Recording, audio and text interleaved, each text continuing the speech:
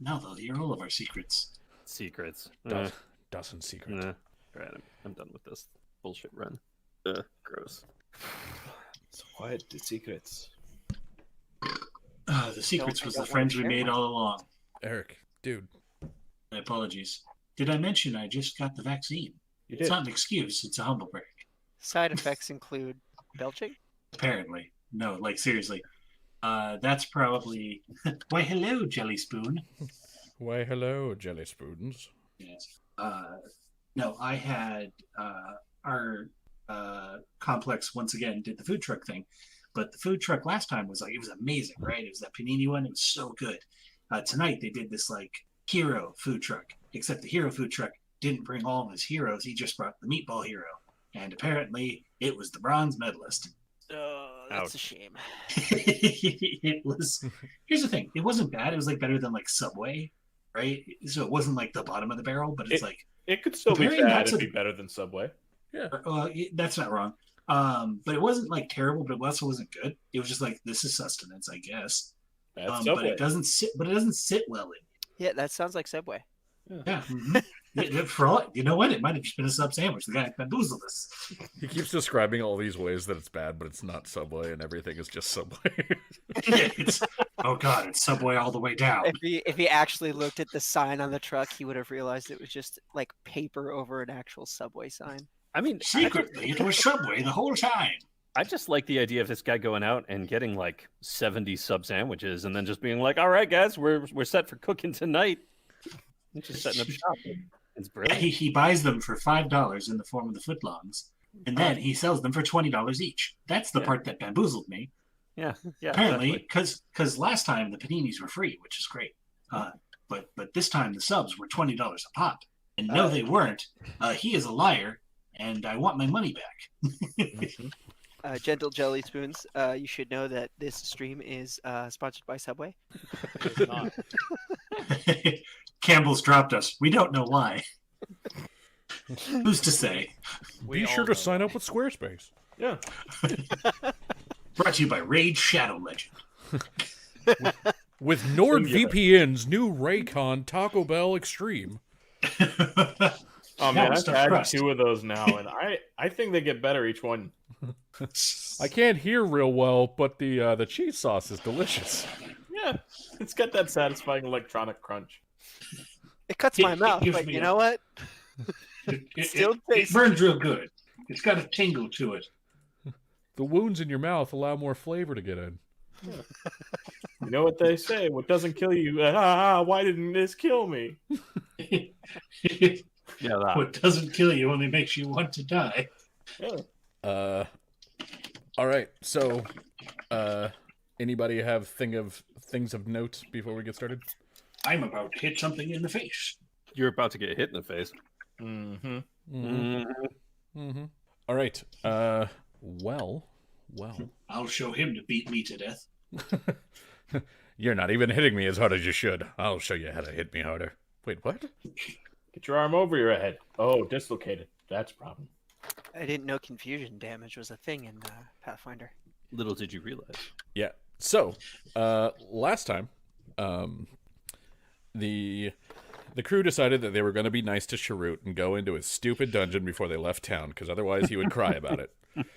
Hey, you said we wouldn't talk about it like that. And I mean, to be fair, he's not wrong. Yeah, I mean, that's how it went down. but Sharut Just wanted to drag him go out, crying inside. and screaming. Shut up, Sharut. So they went looking for other ways to get in, and most of the ways that they saw were either sort of large gated mansions that they would have to figure out a way to get in and then figure out a way to get down into the depths, or what looks like the beginnings of a house. Man, now I forgot the name. I have it in my notes. hang on. House Thrask. Thrashk. I was no word was coming. Like every other word that starts with T was like lining up. So the other thing they saw was the beginnings of a House Thrash, House Toblerone dig for dragon shards. So they decided that maybe they would just go to the church after all. So they decided that they would go to the Church of the Sovereigns, and when they got to the Church of the Sovereigns, Delian sort of stepped forth and blathered his way in, and basically got the priest there to reveal the identity of a gnome who has been buried there recently, and said that, yeah, we're here to go see about my great uncle on my cousin's side, 3 times removed. He's really close to our entire family. Sure. And so you need a dragon mark for House Toblerone. it's clearly just triangle shaped. Yeah, and it's the fucking and what the magical power does, Caramel and chocolate. what the magic power does is make you overhyped and not nearly as delicious as people say. Yeah. Isn't that weird? That is weird. Yeah, so they went down and they decided they were going to start exploring into this catacomb, and they started finding some weird stuff. Like, there's a lot of like sarcophagi here, or like the little mausoleum walls that you would put urns into where people have been cremated. But it's all been set up down here kind of after the fact, because this used to be part of the Dakani settlement that was here thousands of years ago. So it's like somebody would find a room and then be like, this is a place where we can put coffins, because Dandarin and Sharut have very clearly identified one of the rooms as, this was a stable. That's weird. They go and they do some more exploring, and so they're going through dark tunnels, and they hear some slamming against a door. They open the door, and they see what sort of looks like a bugbear if you shaved it and then stretched it on the rack. Gross. It's just a bugbear sort of turned into a hairless ape. Skin's all like splitting at the seams, sort of oozing and ucky and gross and yeah. Nightmare fuel. Yeah, it's very nightmare fuel. And Dandarin's like, well, I'm gonna fight that. So to all my jelly spoons, let's start this up and see how that fight goes. Badly. I'm thinking probably badly. I'm really looking forward to this. Wow, that is not the right map. No, it's not. 1 second here. Just start off the day with, you don't own any token with vision in this scene. Dang it! That's my favorite thing to do. Way to make us feel helpless. Right? Well, guys, guess it's a TPK. yeah. The void consumes us is the first action. The void consumes us. Strong opening play. Gotta say. All right. Yeah, There's that's a no first level combat spell. encounter. What's the initiative of the void? I am confused. All. It says it consumes all. It goes on every turn, and in Oh. between every turn. Okay. Oh, And that's a first level spell? Uh-huh. Damn. But you have to have the racial talent, embodiment of darkness, and empty of all things. I mean, I've been building characters wrong, apparently. guess so. Okay. So let's get into it. I'd like to join the combat. I joined the combat.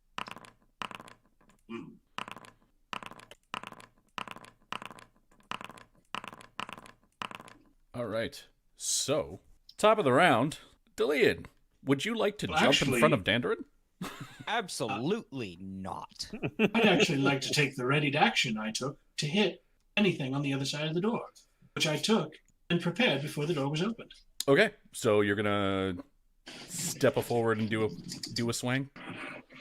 I'm going to do a swing. All right. I'm going to hit the creature. Hmm.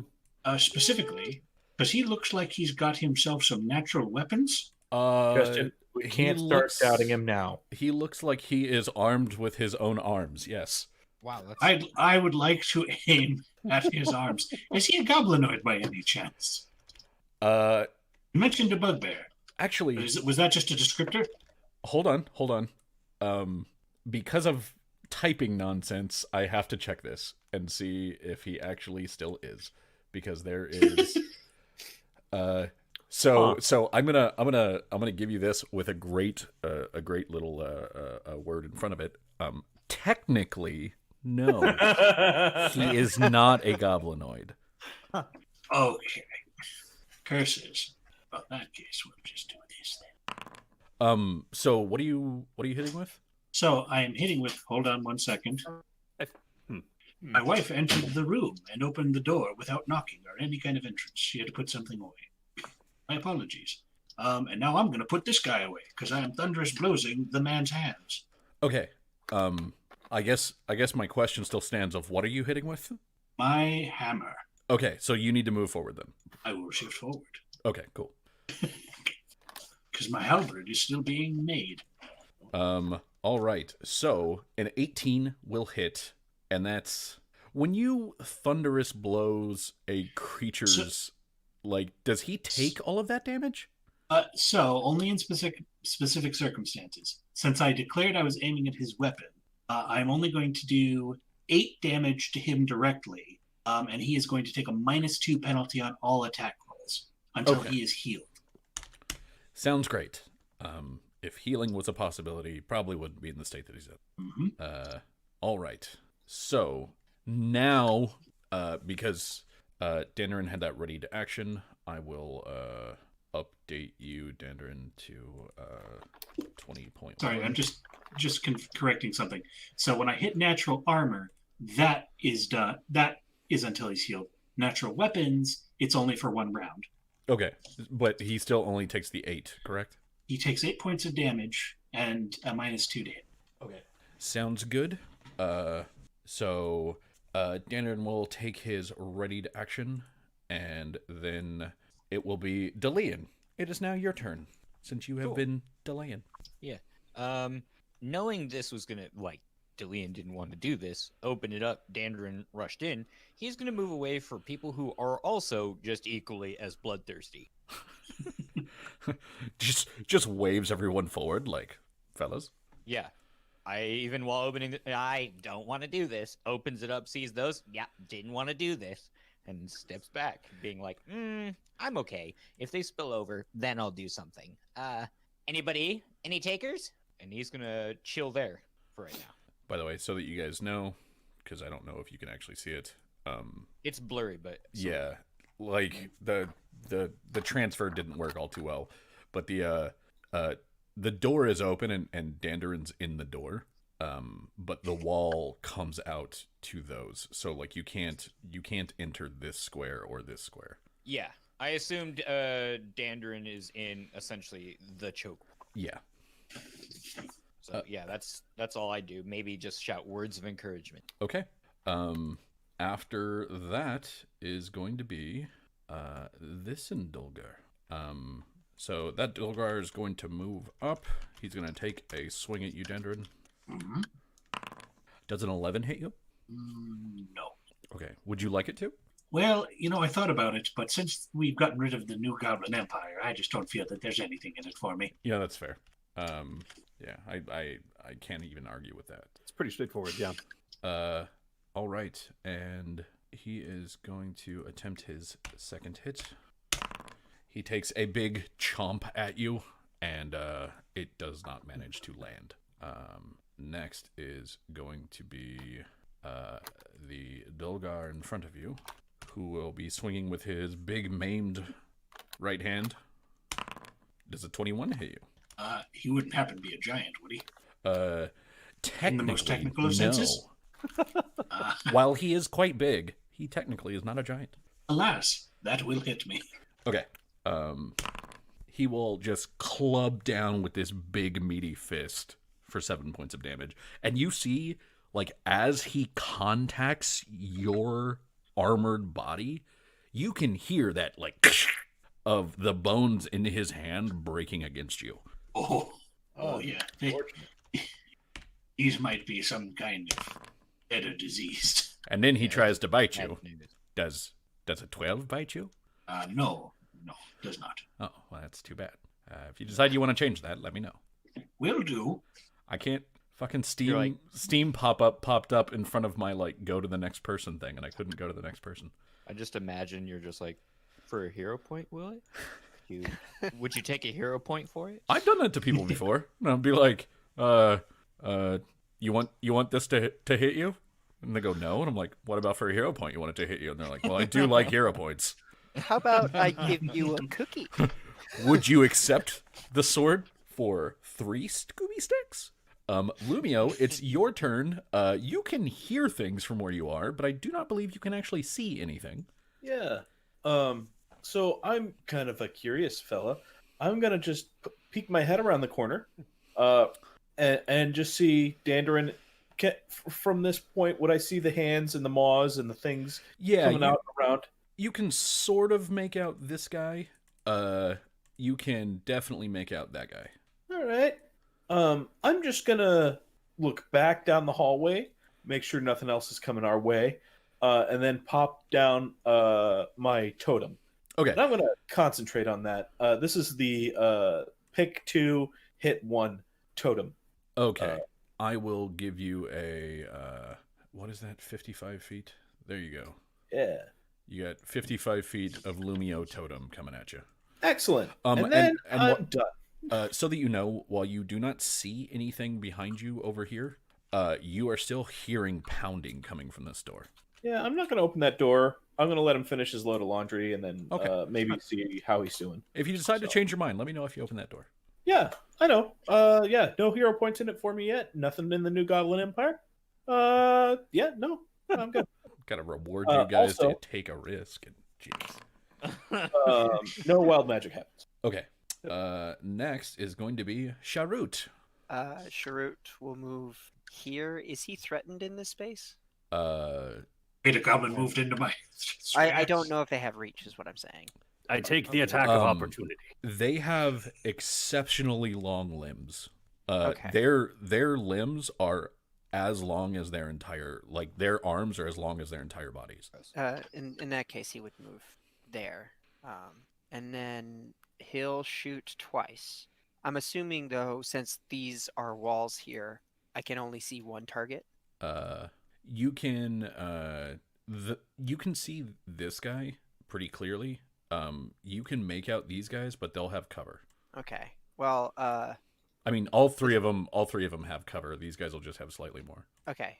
So I'll shoot this guy and this guy, but I'll probably hit this guy. Okay. So let's see. First attack roll is going to be against this one. Yeah, first two are going to be against that one, and then next two are going to be against that one, and they'll be at a -1 since they're in 30 feet. 23 and crit miss. Let's try the second one. Okay. Who do you want the regular hand crossbow attack to go to? I'll do the first guy. Okay. And then, who do you want the flashbang attack to go to? The second guy. Okay. Flashbang misses. First guy hits. Cool. In the future, can you do each attack rolled twice rather than roll each attack that you're doing on that dude? Because that's how it's supposed to be done by that totem. Okay. Yeah, I can do that. Cool. Yeah. And that's my turn. Alrighty. So that was a total of 5 damage. All right. It feels like that didn't penetrate as hard as it should have. To the point where you're not certain that it did anything at all. Okay. Sharut will speak up and say, "Do not think my bolts will work. Correct. You better shot. Stay out of reach." And would you like to give me a knowledge dungeoneering? Yes, I would. Yes, but No, I wouldn't. Sounds good. Wow, these things are weird. So strange. Looks strange. So weird. Real strange. Real strange, real weird. Some kind of hairless bugbear. Next, Zaract, it's your turn. Zaract is gonna look at Sharut and just kind of say, "Given the situation, I'm taking up the rear guard. It sounds like there's more from this other door." And then she's gonna go and look at that other door, and then also say, "Don't approach any closer than this. I can't guarantee your safety if you do." So what's this door look like? Is it cracked? Is it keeping steady? Are they pounding on it? Are they... It looks like a gigantic stone door, very similar to the other one, that has been, basically had a bar put down in front of it to hold it in, and then, has the additions of wedges that have been, sort of hammered in at the sides, and, like 2 on each side. All right, so that sounds fairly sturdy. Is that the also the... In keeping with like sort of Dakani craftsmanship, it's not pretty. It's just made well and looks like it functions like a door should. Gotcha. Okay. All right. So it looks as sturdy as it sounds then. Yeah. There's no indication. Okay. Then in that case, Zarak is sheepish, but we'll deal with this. It's fine. Okay. So is she doing anything else? She'll hold an action in case anything else comes down the hallway. But that's what she. Okay. Zarak is holding in case something comes down the hallway. Let's see. Corley will move to here, and then it will be this Dolgar's turn, and that is going to swing at you, Dandrin. Oh, surprising no one. And then bite at you, Dandrin. Look, lower your AC. And then after that... What if it hear me out? I doubled it. All right. So you see this one kind of like slamming into the other three from behind, and then it just lashes out with this huge, long fist and will swing over its comrades at you. Oofta. From downtown. Yeah, that hits. For 10 damages. It can't bite you. It only has reach on the hands. But you hear that while it was definitely worse on the other one that hit you, the cracking sound, probably because you broke some of the bones in its hand, you still hear it from this guy. As he makes contact with your armor and with all the force of it, it's just this. And then top of the round, breaking their bones on my body. Top of the round is you. Break their bones and make them humble. That is the plan. So I'm going to swing at this guy twice. First time aiming for his fleshy bits, and second time aiming for his hands. So Okay. attack to the body, attack to the hands. Which of those would you like to keep? Oh gosh, they're both actually pretty good. Let's see. So that will do that. I'm actually going to go with the first one. Okay. So that's So that will do 9 actual points of damage to him, and then -2 to his armor class. okay. And you're getting kind of now that you've made like an actual strike against him, even with it being a strike to just sort of like make him a little bit easier to hurt, your hammer isn't quite biting in the way that it should. All right, I shift my grift and switch to slashing damage. The old slashing hammer. Yep. I just give it a wee twist, and now it cuts like a blade. There's Dandrin. Such a dumb feat, but I love it. There's Dandrin, See- the sharpest hammer in the West. You see, I I'm- realized sometimes I need to cut things. Delian. It seems like you guys have got this handled, sorta. I'll be here supporting both of you and making sure everybody's a-okay. Jesus Christ, those things are unkillable. They're pretty tough. Try and cut them to pieces. I don't want to get close. Nah, You not can at do all. it, Dillian. Take my spot. It's okay. I cede my time. Instead of doing that, I've just decided to do, well, anything else. I decided to survive. I choose life. Okay, so Dillian's walking away. And that'll be this Dolgar who's going to take a swing at Dandrin. Dandrin, does a 19 hit you? No, because I'm the only one in their range. Because Artful Dodge is worded stupid. Wait. Is that a yes or no? No. Because I have one higher AC. Because I'm the only one that is threatening them. Perfect. Okay. That's stupid. Dude, Artful Dodge. I think it was supposed to be worded differently, but it's not. Just take the win, man. Why is this happening? The light for the dudes is Void. Come because back. because they don't have because I don't have light on the map because Zarak moved. That makes sense.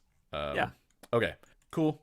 The one directly in front of you is going to swing at you. Ouch. Damn, All right. This doesn't seem like a tenable position. It might be if like other people helped him. Yeah, Yeah. Dandrin, you get slammed in the chest with more bone-breaking force. Mostly his bones. Shrewd, I could use a hand. And Lumio, it is then your turn again. I am sorry. I am here. I'm going to maintain concentration on my totem. Hey, wild magic lets me change the type. Is there like a radiant type that would probably do more damage to undead creatures? Radiant isn't a type that exists in Pathfinder. Hold on. Let me read your feat real quick. Yeah, sure. It's energy shift, right? Yeah, I believe that's the one. Okay, so you can change it to one of the following types: acid, bludgeoning, cold, fire, electricity, piercing, or slashing. So it like outlines which types you can change it to. Beauty. Okay. Let's do. They're pretty all right with cold, it would seem. So, fire. Okay. Yeah. And are you just shooting a ray, or how are you doing this? Just my standard attack. Actually, my static. Well, you can't apply static to it because it's fire damage now. Because static's electricity only. The only one I think you have that you could apply is the ball. Why doesn't that page open up? Okay. I'm sorry. I'm trying to read the thing because I know that I can apply two things to it. One of the shape and one to the. Yeah, it's basically like the form of it and then the type of it. So if you switch it to fire, you can't apply anything type wise that relies on electricity, and electricity is all of the types that you have. But you could you do have energy sphere as a shape. That one you could apply. Yeah, let's keep it as fire then, and keep it base. Okay. Cool. Go ahead and roll for me. There. And that's probably gonna miss. Yeah, you see your ray just kind of like hit the wall right here and just Bummer. I believe I still need to make the wild magic thing though. Yep. That'll actually be enough to trigger a wild magic. Oh, neat. Because activating energy shift bumps it by 50%. So can you roll another D100? 70. So you see that there's little things in the hallway, like little cobwebs or little scraps of cloth or old like moldy sacks that have long since fallen apart, and they're kind of like all around, but they're so pushed into the corner and that sort of thing that like it's hard to really pay any attention to them until you set all of them on fire. Oh. Well, that should give us plenty of light. So yeah, like this whole area, it says all unattended flammable objects within close range of the caster are set on fire. So you see like basically everything out to about 20 feet that fits that description. Just kind of. That's got to be like an instant for like the cobwebs and stuff. Yeah. For the racks in the corners, I would almost be worried. That's going to be sooty in a minute. So that's your turn. Did you have anything else that you wanted to do? Move action, Nope. Swift action. All right. Sharut. Sharut's a smart guy. Yeah. Sure. So I'm assuming he would know. Like, I just want to make sure we're not going to get wrecked by this wild magic. I'm assuming this wouldn't cause a dust explosion. Like, is this place fairly clean, or should we get the hell out of Dodge? There has to be a lot more dust than what's in here to cause a dust explosion. Okay. Like cool. you need to have like a grain silo. Having a dirty room is not enough to cause a dust explosion. Okay. All right. In that case, Sharut will attempt to shoot Dandarin with a salve, and then, actually no, move action. He'll apply a special poison to a bolt. And then he'll shoot Dandarin. I knew this day would come. I take the attack of opportunity. Swift action. I'm going to do a scout action on the whatever they're called. The Dolgars? Mm-hmm. Sounds good. And that was dungeoneering. Wow. Twice in a row. Sure. Curse is passed. They Jack sure are shit. hairless and Yeah. bugbear-like. Yeah. Man, these guys like shave terribly. I'm even like giving you a bonus to this, but like your rolls are not helping you. No, they're not. All right. First shot at Dandrin is against touch AC. I'm gonna forgo the second attack action just to simplify things. Dandrin, does a 19 hit your touch AC? Yes. Okay, ignore the damage. Slash roll plus you heal 9 points of damage. Great. Oh, wait, that's supposed to be 1d8 or frickin' half. I thought you prepared 2d8 selves. I'm reading it right now. Within your natural reach, 1d8 points of damage per 2 ranks in craft alchemy. And since we're only level 3, I only have 3 ranks. It's 1d. It'll be 2d8 next level. Though, yeah, that's right. And then I'll shoot the other guy, or the guy in the doorway. And we'll heal him for 9 as well. Swing Lovely. and a miss. Every act a betrayal. Okay, so if you're shooting at him, you get to make another shot to see if you hit someone else. All right, I guess that guy. I'll take the 12, but I'll still miss. Yeah, still miss. All right, then Zaract, it's your turn. Seeing that that's not going to be a problem, Zark is going to move up to there, and she's going to take 2 shots. Alrighty. She's going to shoot at the dude at the top, just past Andrin, and the dude in the middle. So that one and then that one? That is correct. Okay. They are in combat, melee combat, so I take a -4 to both shots. This is going to go exactly how I thought this would go. There we go. Those both miss. Yeah. Yep. And that's why Zaract is not doing more. Cool. Okay. Let's see. Carly will move up to there and will say, Denderon, right now they have you bottlenecked. You do not have them bottlenecked. If you stepped back, we could try to assist. Yeah, I just didn't want them to slip past me because there's no one here to support me. No one can support you. All right. Who And can then provide emotional support? my brother died.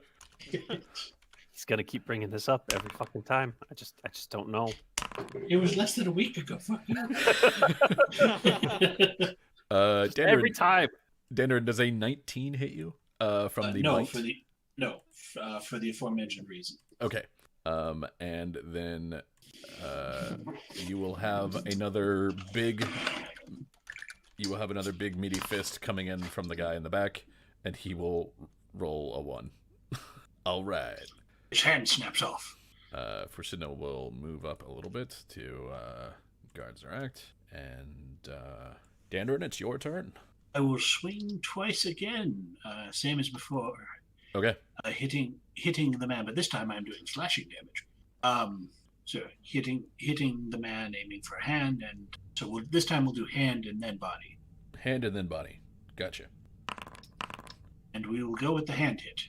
Okay. And that's... So he will take 10 points of damage to him. That's 10 magical slashing, and -2 to his to hits. Okay. Even though you have slashed him with your incredibly sharp hammer, it doesn't seem like the slash is nearly as bad as the slash should be. On a normal person, you would have probably crippled their hand for life. On this dude, it's just not cutting in the way that it should have. Does it feel like the regular hammering was doing better?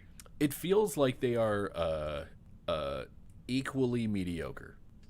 I shift back. Yeah. I mean, don't get me wrong. You're still hurting him. You still get the like roar of like anger from the big, beefy. It's mutated DR5, thing. not DR10. Yeah. But yes. All right, and Delian, it's your turn. Well, everybody seems to be heading up that way. Now's your chance. Drop the fireball. Dillian runs into the doorway that Dandrin just vacated. I'm just surprised I got a fireball, guys. I didn't know I had that. Hell yeah. So the last thing I'm gonna do is enter right here because that's where I can get bludgeoned, and there are much better people to soak that up than me. Let's go for it. Fuck it. Oh, that's melee. Oh, actually, yeah. I'll go here. I mean here. Come on, keyboard. Okay. Are you And doing then- anything once you move him up there? I'm gonna ready an action as soon as a person enters here. An enemy enters here. I'm going to attempt a trip attack Um. with a dirty trick. Oh. A, Or my hook and pulley. My bad. okay. That's fine. I was like, dirty trick can't trip. It doesn't. Nope. I was going through all of my skills. It was just a word jumble, and I Okay. finally got it. Cool. So, your action is going to move to 18 because the guy right after you is going to move into that square. Okay. So, this guy is going to move in, and then before he gets to try to attack Dandarin, you get to try to make your pulley attack. Pulling that up now. It's been a bit. Pulley attack. Then jump. The old hook and pulley. The old hook pulley. I think it's just a 1d20. Embarrassment. There it is. That's what.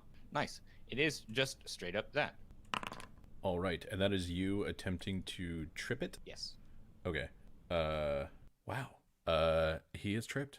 I did not think that would work. Well, I'm glad to prove you wrong. Well, I was like, oh, he's all big and beefy, and you're a little gnome. Like, there's no way this is ever gonna. And then For you real, just I like thought so shoot the too. little thing at his foot and yank, and he just goes. And He's very top heavy. so at this point, it is the least good option. He's gonna stand up. So, Dandarin, you can make an attack of opportunity if you would like. I'm gonna assume that you went body and then hand the same way that you did in the last guy, since you didn't call it. Oh, he's muted. Son of a bitch. No, I did in fact declare the opposite. I Okay. did declare it was hand and then body Hand and then body. for Okay. this one. And the damage will be 7, and he will take an additional -2 to his armor, but it cannot be reduced below 0. But armor is the one that he has to be healed for.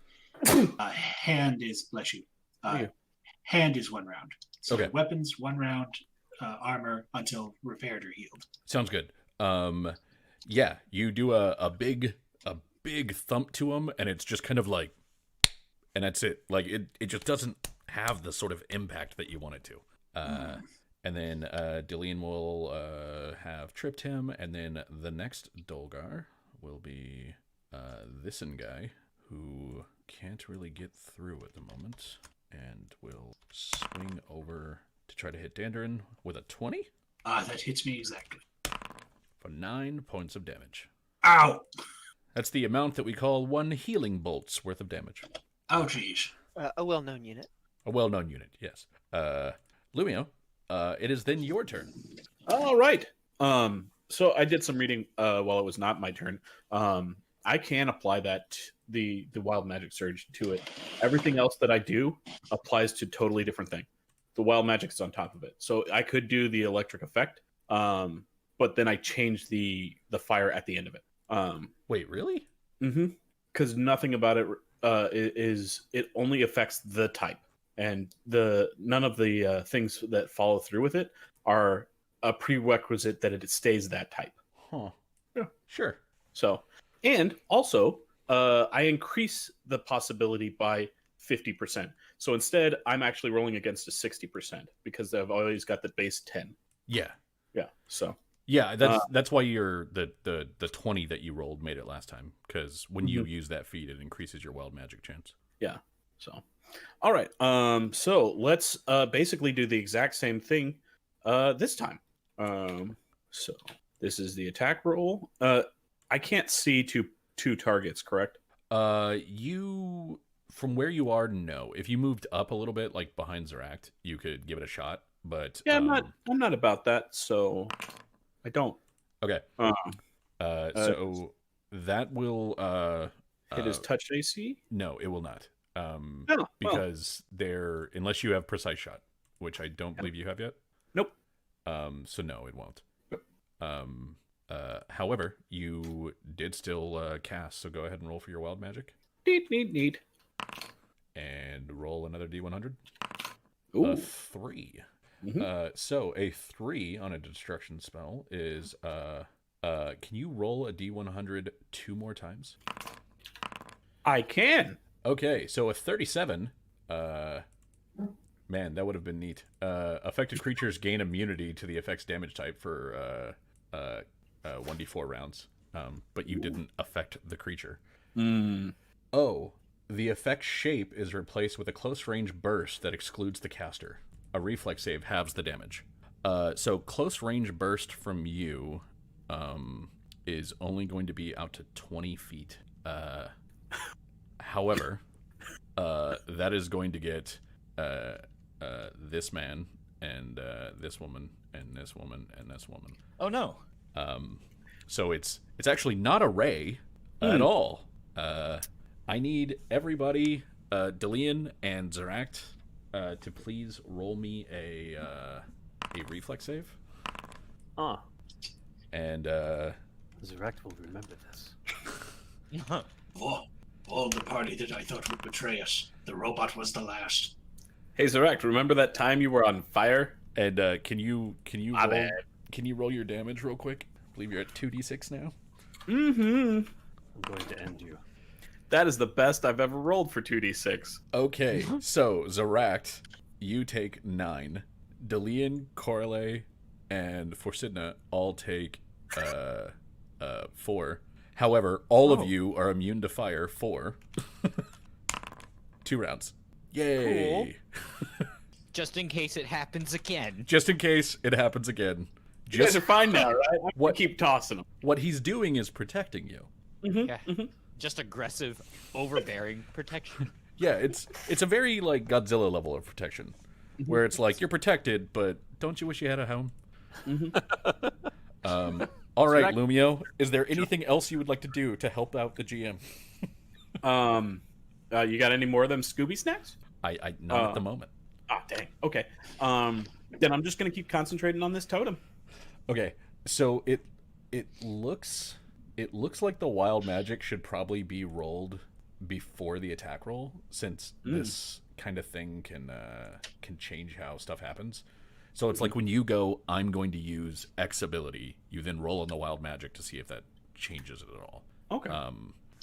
So determine what you're going to use, roll on wild magic, then roll to see if you hit or whatever, because the wild magic might alter everything about what you just did. That's super neat, and we will do that from this point on. Sounds good. Sharut, it's your turn. Everyone's counting on you. Pull through.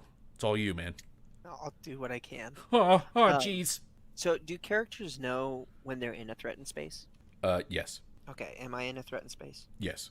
If I move here, will I be in a threatened space? That's a yes, right? If they have reach. If they have reach, yes. And they have reach, so yes.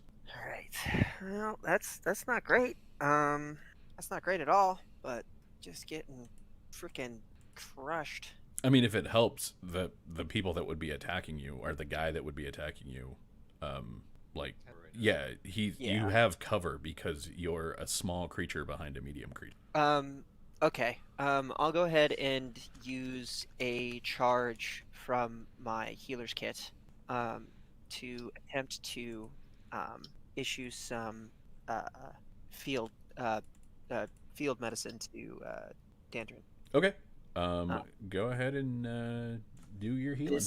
This incurs attack of opportunity. Does it really? So it does. I take the attack of opportunity. Tandarin takes the attack. Sure. Does a 14 hit you? That is a miss. Okay, so it doesn't manage to hit you. Go ahead and roll your heal check to see how much you healed Dandarin for. That's +2 because of the kit. Dandrin heals 18 points of damage. Wow. Oh, that feels much better. That was Wait, 19. 19 points of damage. Thank you for checking my math. Oh, I'm feeling right as rain. Yeah. Okay. And that was your standard. Are you doing anything else?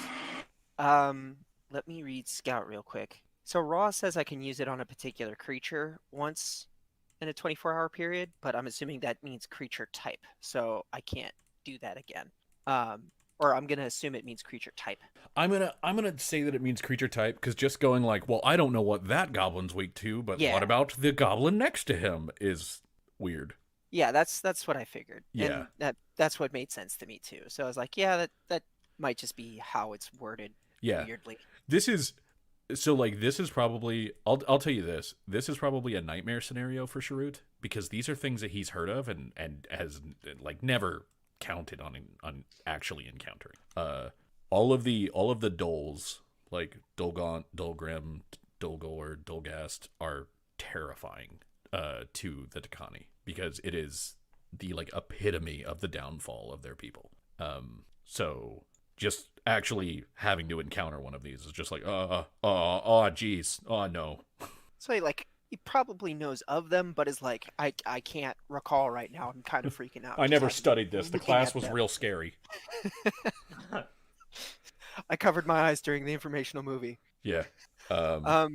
I guess he'll take a 5-foot step over in this direction, Sounds good. and that will be his turn. Okay. Zeract, it's your turn. Justin, are you muted? I probably am. We can hear you now. Yeah, give me just a sec. All right, so I've got a question for you. If I wanted to retrieve and hand out the good berries that I have to the 3 people immediately adjacent to me, Yeah. is that something doable with my round? Is that a too complicated for a full round? No, I would say that that's a fair full round action to just like basically grab just a like Yeah, a like big handful. handful of like blueberries and hold them out and be like grab a handful of these and scarf them down. Like that's fair. Okay, could I pop one in as well? Yeah. Okay, cool. That's what I do. Zeract just grabs those. The healing is 1d8 plus 3. Okay. And there is a maximum of let's see, 10 plus, so maximum of 13 that they can be healed. Maximum of 13 points. Yeah, over the course of the day. Okay, over the course of the day. Gotcha. Cool. So Corley and Forsidna and Delian, if you want to, you can all grab a berry. Okay, cool. And then Zeract, you can sort of nosh on one yourself, and then we'll jump to Corley. Zeract heals all of the damage that her cohort did to her. So what do I roll? A D3 or 1d8 plus 3, just like I did. cheers? Thank you. Mhm. Oh, I'm Yeah. that's right. Perfect. So So you- Zerac healed 1 healing salve bolt. You technically only healed like 4 damage. Just keep that in mind, because you can get 13 maximum, so you can heal Okay. another 9 from these. Yeah, I'll put that. All right, and then next on her turn, Wow. Corley starts to move up, and once she's behind Dandarin, she like trips a little bit, and you see her kind of fall to her knee, and then she gets up again and gets on the other side and will slash out at the bugbear, or sorry, the Dolgar, The hairless. the hairless bugbear, and do a little bit of damage. And then it will be this guy swinging at Dandarin. Curious. 1 second. The game is telling me it doesn't want my roll. Oh. Ain't no better. There we go. A big meaty fist kind of comes around this corner and is, grasping for you, Dandarin, but you manage to get your shield up in time and nothing happens. The other Dolgar will move up so that he is slightly closer and do the same thing. That's I think that hold on. Technically, you're still the only one that this guy threatens. Yes. Because he can't actually hit Corley, and Delian is 15 feet away. So, all right, he will still miss you by 1. That feat is ridiculous, and I think it's funny. It's pretty hilarious. For Sidna, we'll pop a berry and heal 5. And top of the round, Dandarin. Well, hey, let's get started again, shall we? Second verse, same as the first. And by second verse, I mean fourth verse. You know what? Shut up. I'm bad at music. This is why I'm a blacksmith. Alrighty. Gruddick was the musical one. I am going to. my brother. I'm going to go with the second one, hitting him in the hand. Okay. And that will be for 10 points of damage. And a -2 to his attack rolls. I believe you mean 5 points of damage there, sir. Well, no, I said 10, darn you. Okay. Do you have anything else that you'd like to do? I guess I just shift my grip back to doing bludgeoning, but aside from that. Okay. And by that I mean piercing. Haha! I stab him with the hammer. never see it coming. All right. He is going to try a thing that will fail. Dandarin, does a 21 hit your CMD for the purposes of Bull Rush? Why, sir, for the purposes of Bull Rush, a 21 will, in fact, hit me exactly. Ooh. No, I didn't mean to shut the door. He closed himself He in. closed himself in. They just... Didn't want to leave. He looks at you, direct eye contact. He says no, and then he closes the door. Well, So I suppose that's fair. it just puts its shattered hands out and just starts pushing you forward until you feel your back slam against the wall, and it will lean down into your face and go.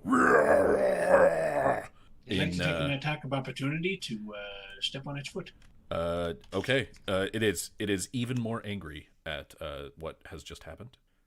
And Can't believe that's possible, honestly. as a free action on my turn, I'm going to move it to Delian's turn. Okay. On my turn, I take a free action to move here. Hmm. Yeah, because now there'd be 2 hitting me, and then I'm going to attack it with the kukri. Actually, no, I'm gonna dirty trick this fool. I'm gonna pick up some dust and just throw it at its eyes. There is no dust near you. There is none. They burnt it. My bad. Are there? I very specifically said all the detritus around Lumio for 20 feet went It kerpoot. exploded. Yeah. I was just trying to tidy up, you know.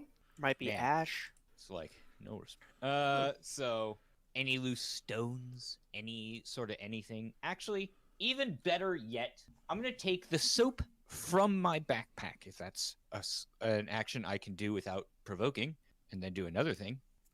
What are you doing? I'm gonna throw soap at his face. Sure. We'll say that your soap is soap powder. Why not? Yeah, Yeah. Go ahead and roll a dirty trick for me. cool. I would like to. I mean, it's worse if it's solid and he puts it in his eyes, right? He just hits him with a bar of Dove.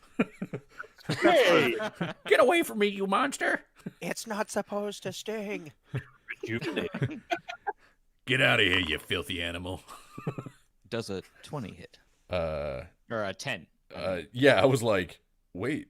Does where a did you 20 get- hit? Just asking. A 20 actually would have. The 10 definitely does not. Damn. But I like it. I like the good probing questions. Yeah. I believe that's your whole turn, so we're going to move to the next guy, and the next guy is going to be Vissenmannen. And he's going to move to there, and he has... Oh, he's got so much choice. We're going to go clockwise, starting at Dandarin, and he's going to swing it for Sidna.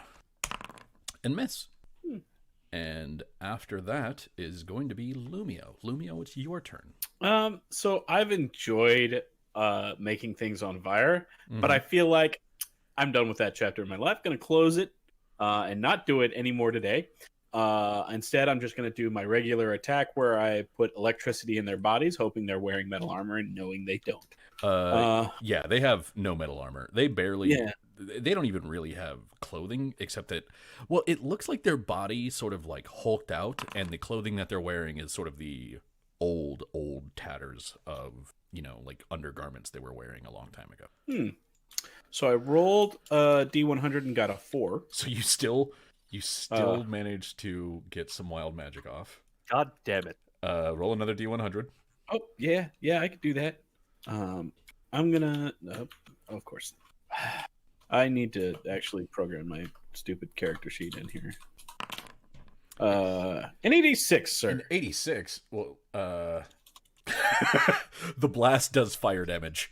That's what it says. Are you stupid? All it says on 86 is this blast does fire damage. I'm done with fire in my life. Whoosh. I think I'll try lightning. Fire. Fire! Yeah. You shoot out this bolt that, as it's going between Zeract and Forsidna, is like picking up little arcs from each of them. And then you just see your lightning bolt turn into fire as it definitely impacts this dude like right in the face. Roll your damage. That, sir, is a crit. That is a So- crit. Roll to confirm your crit. That will confirm your crit. Roll. Yay! Please roll 4d6 and not 2d6.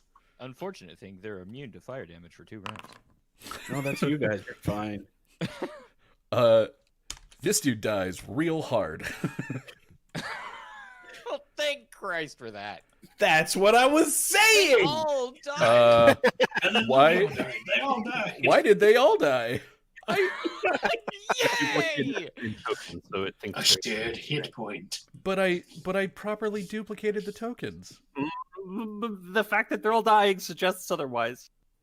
Take the win. Take the win. Wait, I have questions. And the answer is God wills it. When one dies, they all die. The same is not true of Oh, the party. here's the thing. I apparently did not properly do the thing. Oh, You don't say. color so- me surprised. Oh, damn. So Romeo, another explosion happens just centered on you. we'll just put that there, and we'll sort of he's fuck it, he's dead. Just Yes, that. that's the easy way to do it right now. I copy and pasted him wrong. So you saw nothing. Lumio, good job. Sharut, your turn. The hand I'm sure waving. chat saw nothing either. Ain't that right, chat? Chat saw nothing. Everything is fine. Finally some Sharut- ash and dirt to throw. Sharut will make. He can only move half his speed, right? If you're trying to do an acrobatics check, yeah, you can only move half your speed. And will that negate all attacks of opportunity, or will it just be one space? So basically, you'll be able to move 15 feet from where you are because your speed is 30, right? Mm-hmm. So you'll be able to move 15 feet, and for that 15 feet, you won't provoke. Okay. But you have to be able to like make the acrobatics check. Yeah, I'll have to use 2 moves essentially to Remember, get out of harm's way happened here. last time. Okay. I will make an acrobatics check. Do it. I bet you won't. Just did. You did. You make Oh, thank goodness. it. Make it again. So 1, 2, 3, and moving here should actually move me out of his threat range. You can't take a 5-foot step once you've moved. No, that would be another move action. So move action and then another move action. But Correct. just moving since the acrobatics covered that 15 feet. Yeah, so you would have to make another one. That's why I'm saying roll Oh, again. I do have to make another one. Okay. Okay. Nope. So you don't make the last one, so he's going to make an attack of opportunity against you. 'Kay. But his hand's broken, so he doesn't hit quite as accurately, though. Hey, does a 19 hit you? A 19 does hit me. This huge, meaty fist breaks itself around you. Ow. You take 10 points of damage. It's a pretty- That's my turn. That's all I can do. Okay. Zeract, it's your turn. I believe you. I sure am. Hold on. I'm doing this so you guys don't hear me eat stuff. Cheers. Yeah, I'm trying to be considerate, and it's shooting me in the foot. Zeract is gonna look at Forsidna and say, "Don't follow me," as sternly as she can, and then is gonna do a dumb thing. She's gonna move, and she's gonna start by moving here. Okay. And I'm assuming that doesn't necessarily provoke anything at this stage. It does not. Okay, she's gonna move here. So here's the thing. Moving there also won't. Okay, then she's gonna move here. That move will. That'll provoke Yeah. twice. Okay, that's what I figured. So you're going to have 2 swings coming your way Mhm. from people whose hands aren't broken. Does a 16 hit you? And Yeah. does a 15 hit you? The 16 will hit, the 15 will not. All right. That is going to be 5 points of damage. I take it. Take 5 points of damage. That is the damage that I take from my movement. That is acceptable. Okay. Zeract explodes into fire.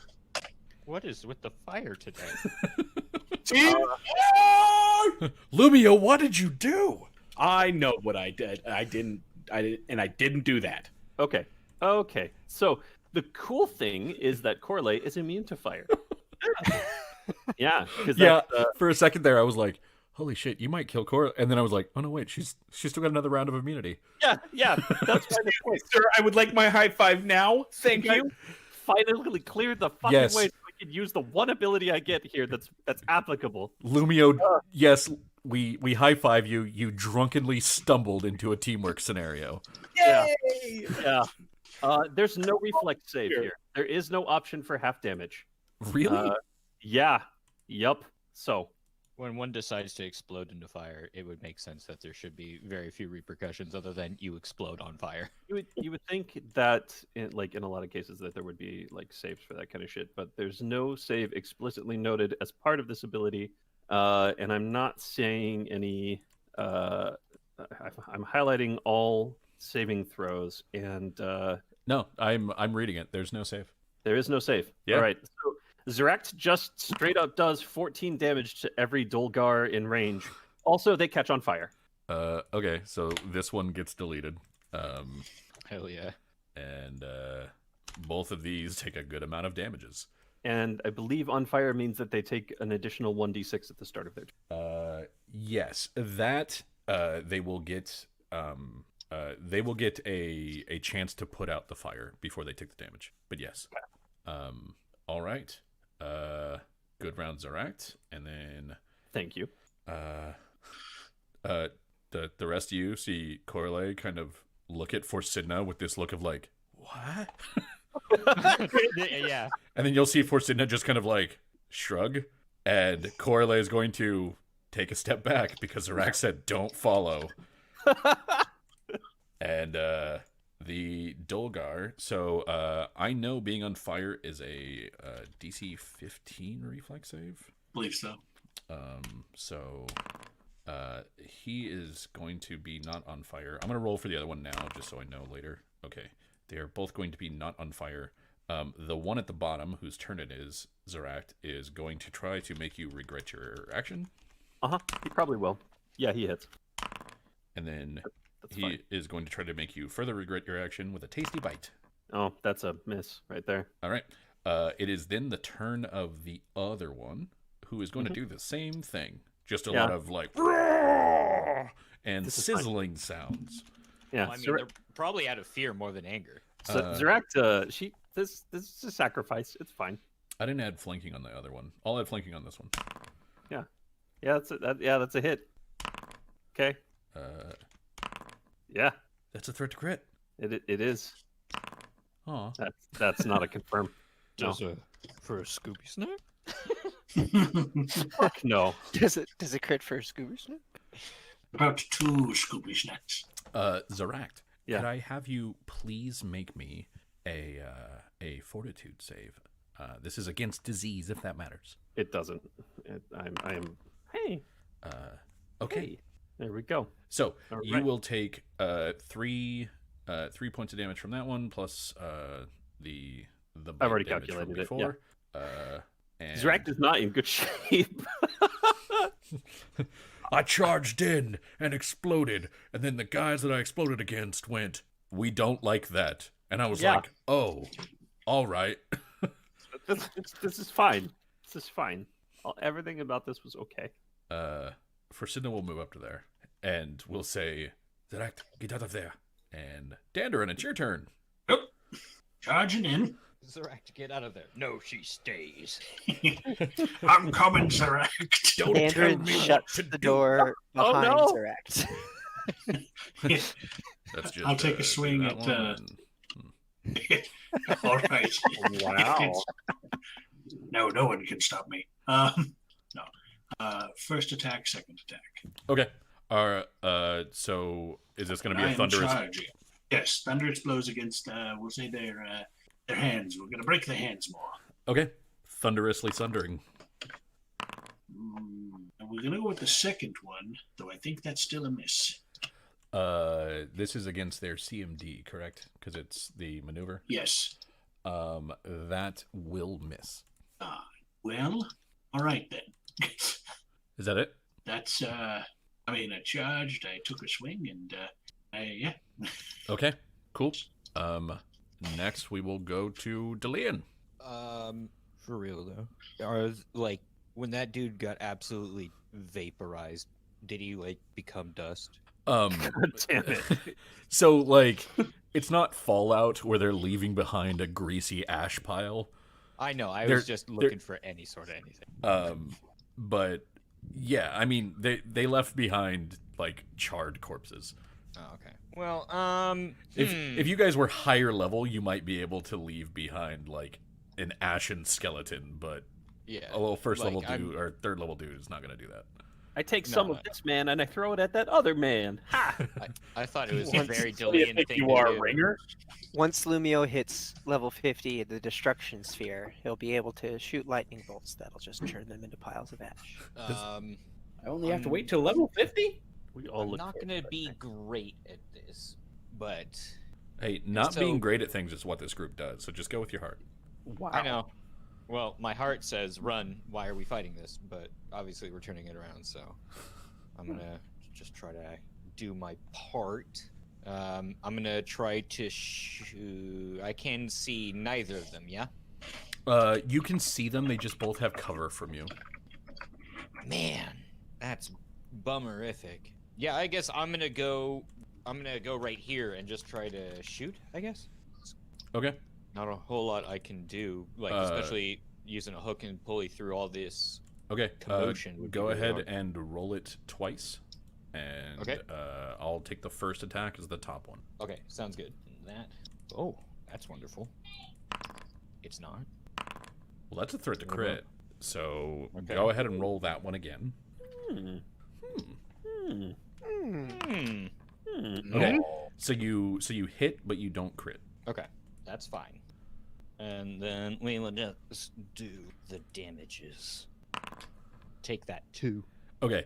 You see this arrow like go through the air, and then it sort of like hits his flesh, and it kind of gets tangled in the skin and just sort of dangles there. But it doesn't seem to get penetrated at all. Yeah, and Deline goes, just what I thought. Yeah, and that's his turn. Okay. Sounds good. Lumio, it's your turn. What would you like to light on fire this round? If I could, since my allies get so grumpy about it, I'll try to do the enemies this time. I'm going Oh. to move to. Actually, where would I need to be to see? I think this guy. That guy, you can partially see him from where you are, but if you want to like see him a little bit better, any of these work. Okay. I will move to here. Okay. Oh, there's more of them. And we're gonna do the D100 first. Safe, because we're not doing anything wild. And I'm gonna try to attack him, and that's an actual attack. Hey, That'll hit. nice damages.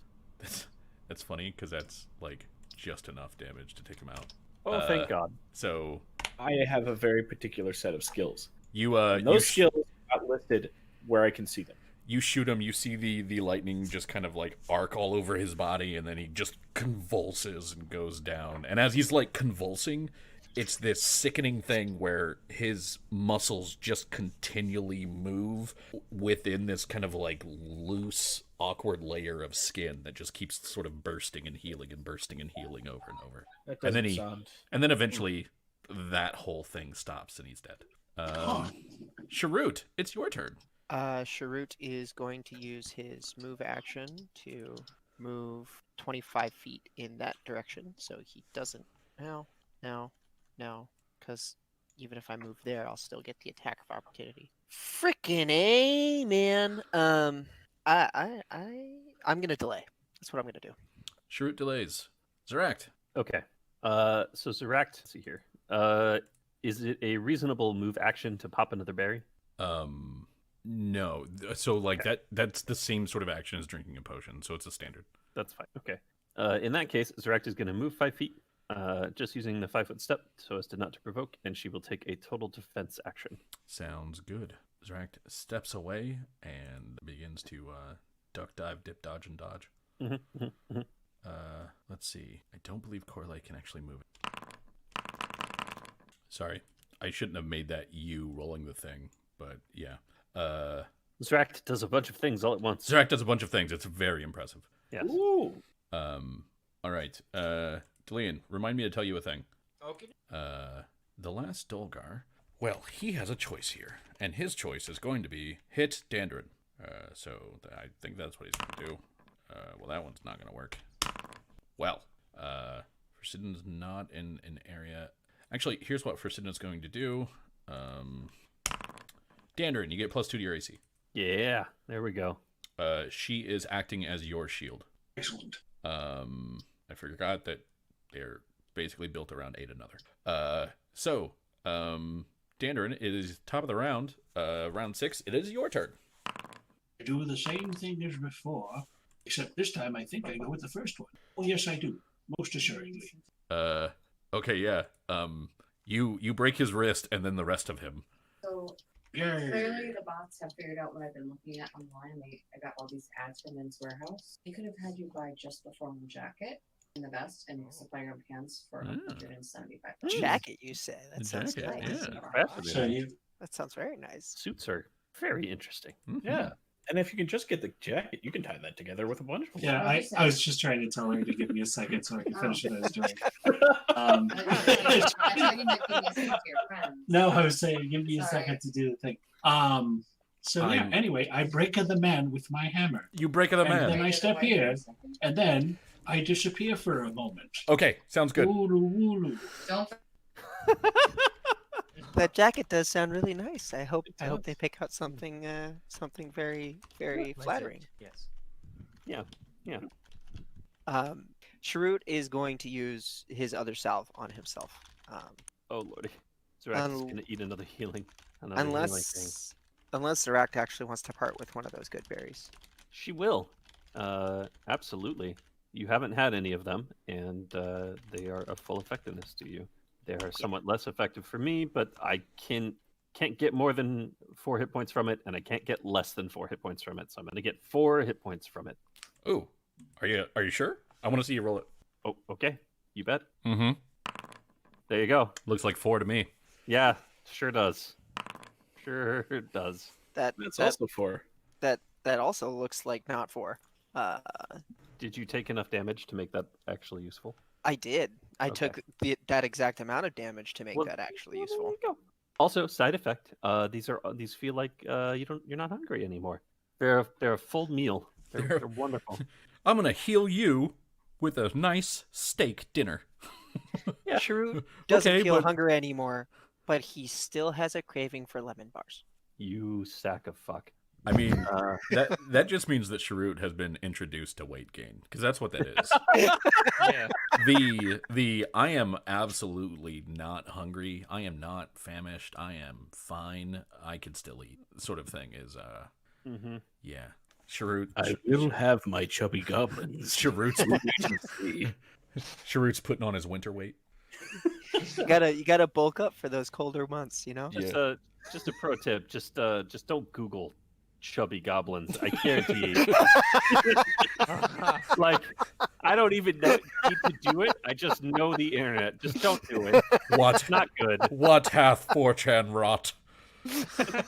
I don't want to expose anybody to that. I don't want anybody to expose themselves to it. So Exposure chat, all around. so chat, whatever you do, don't Google chubby goblins.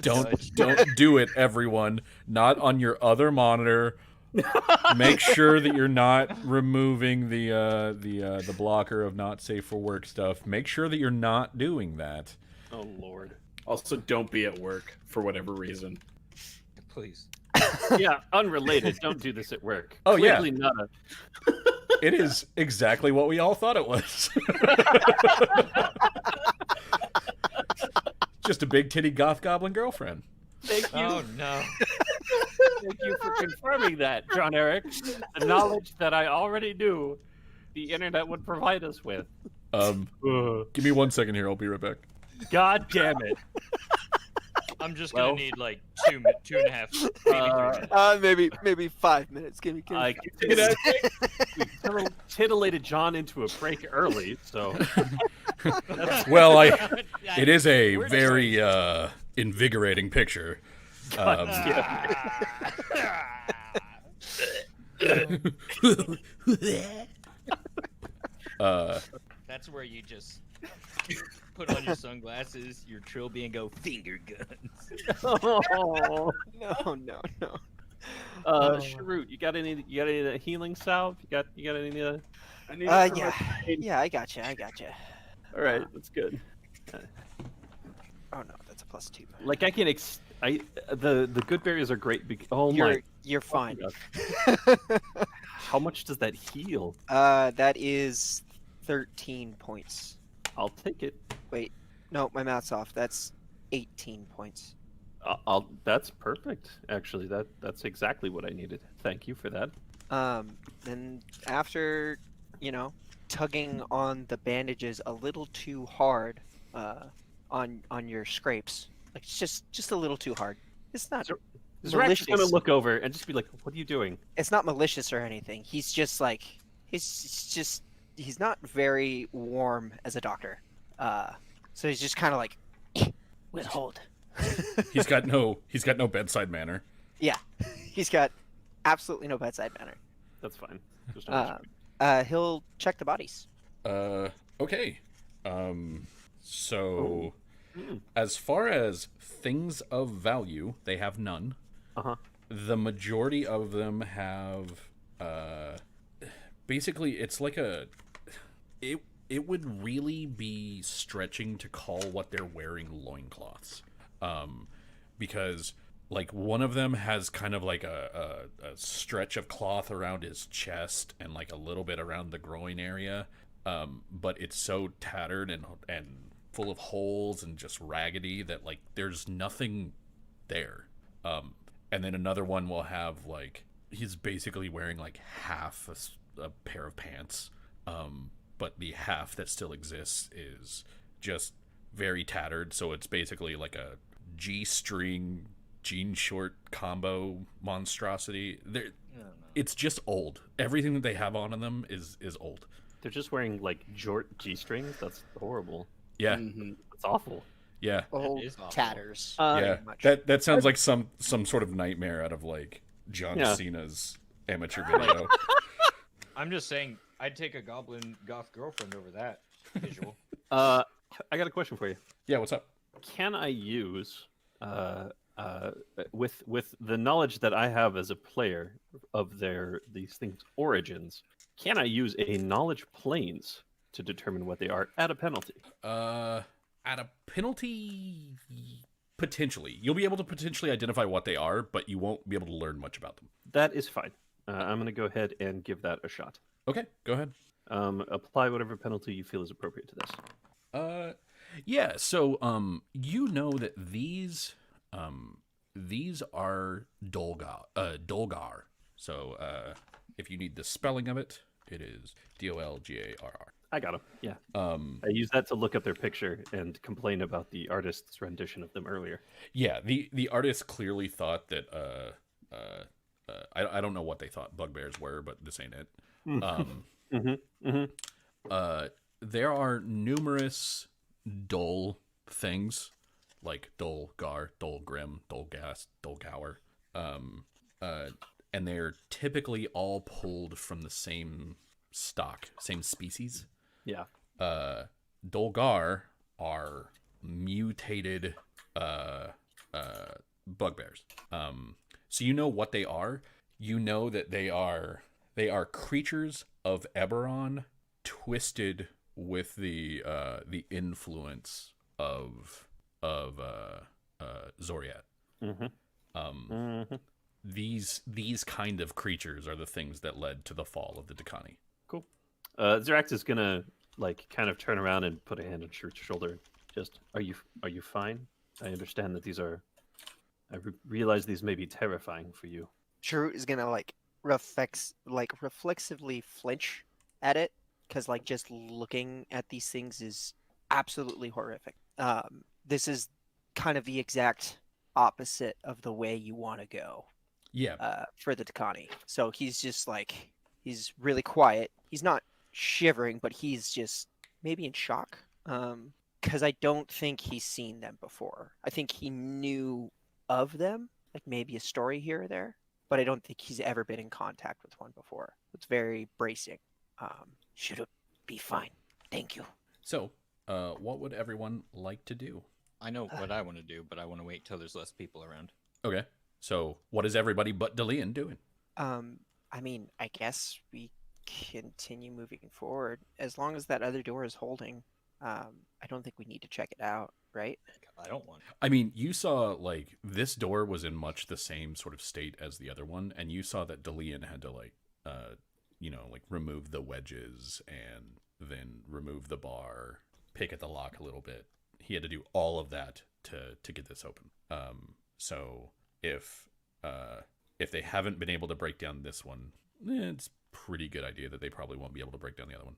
Shrewd would like to continue moving forward, but he knows Dillian is a trap finder, so he kind of has to wait for Dillian to join him in that Well, regard. then Delian's just gonna go. Corley, can I talk to you over here for a second? About what? Oh, just something I saw, and we could say it here, or I didn't know how discreet you wanted me to be. Of course. And she'll kind of walk past you and go down around the corner. Cool. And so when we go over there, make sure you like just well enough, and I'll stand sort of like this. And so I saw you grab something, and normally that's fine; it doesn't bother me. But then I saw like your hand sort of like have some darkness around it, and I just want to see what that's all about.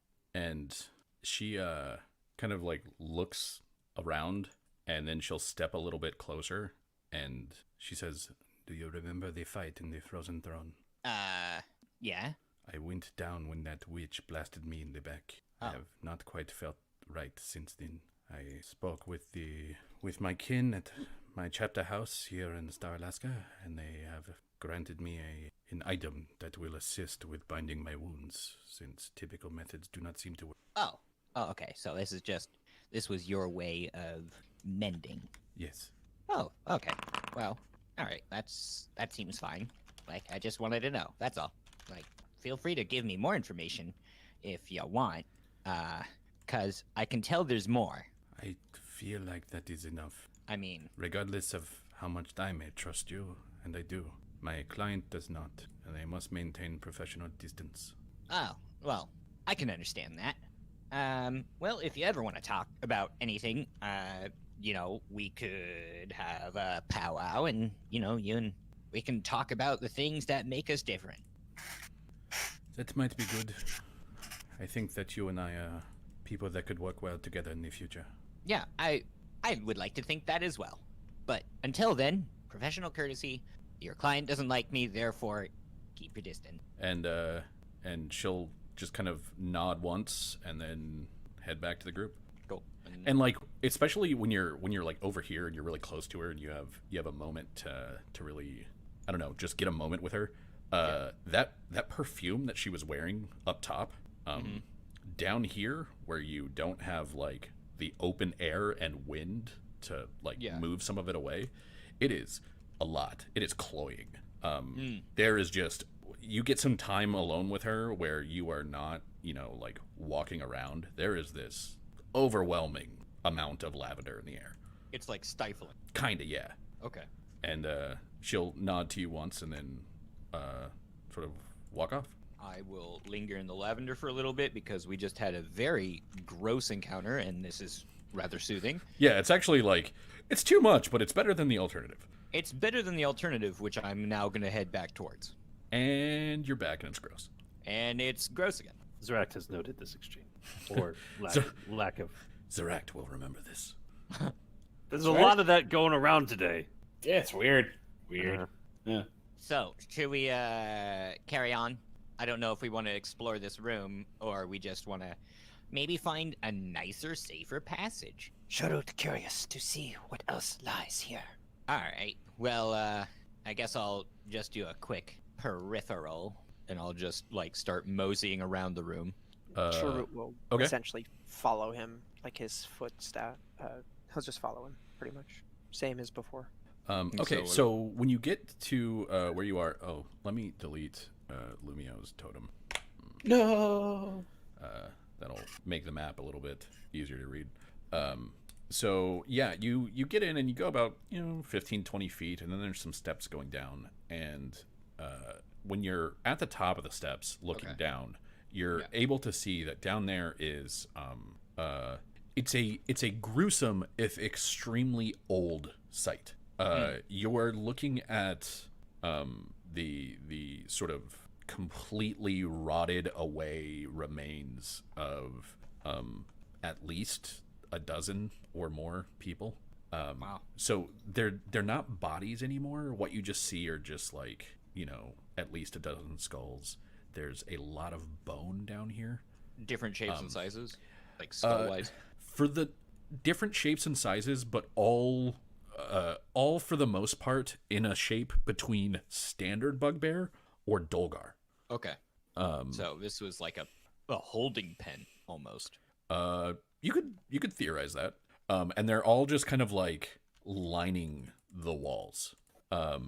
So it looks like, they were just kind of like, if you've ever seen how like dogs, wolves, or if Delian has ever had the terrible experience of actually encountering like undead, like ghast and ghouls, how they go after bones, it looks like that sort of thing has happened. Oh, okay. He probably dogs and wolves because he was mostly a city boy. Yeah, so there's a lot of bones, and they're mostly in like shards and splinters. They've been cracked, so you're not seeing like, it's a fully intact rib cage. It's just like it shatters, like clean sort of stuff.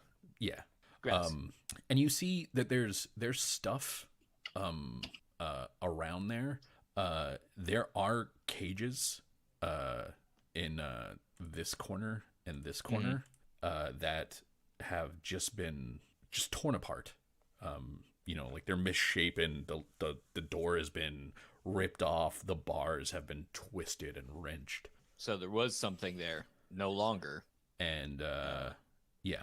They fought to get it out, or it got out, whatever. Well, I don't know if you want to see this, Shrewd, but looks like there was a whole lot more of them. Luckily there wasn't, and it's pretty brutal down here. Lots of stuff. Sharut, would you like to give me a knowledge history? I would. Sharut responds to Dillian first. Sharut handle bones easy. Creatures, different story. Okay. The area that you're in is, again, pretty typical for like the entryway into a big city. Especially in Old Dakan. This would be essentially a kennel. It would be a kennel for hunting animals. The fast hunting animals. So not necessarily the trackers, but the ones that would actually take down a quarry. So like your wolves, your dire wolves, that sort of thing. So like that's what this would be in the place that you're from. What it is now is what I've described, but that's what it would be where you're from. It is an impromptu holding cell for these things. Shrewd will kind of like meander around the room and kind of check into the piles of bones here and there. Just do quick perception. Cool. Give me a perception check. Yeah, you find as you're looking around, you're seeing that there's a lot of like tools, basically, like the kind of tools that you would use to keep barding, or not barding, but like leashes, harnesses, that sort of stuff intact. And there's kind of a crushed workbench over here in this corner.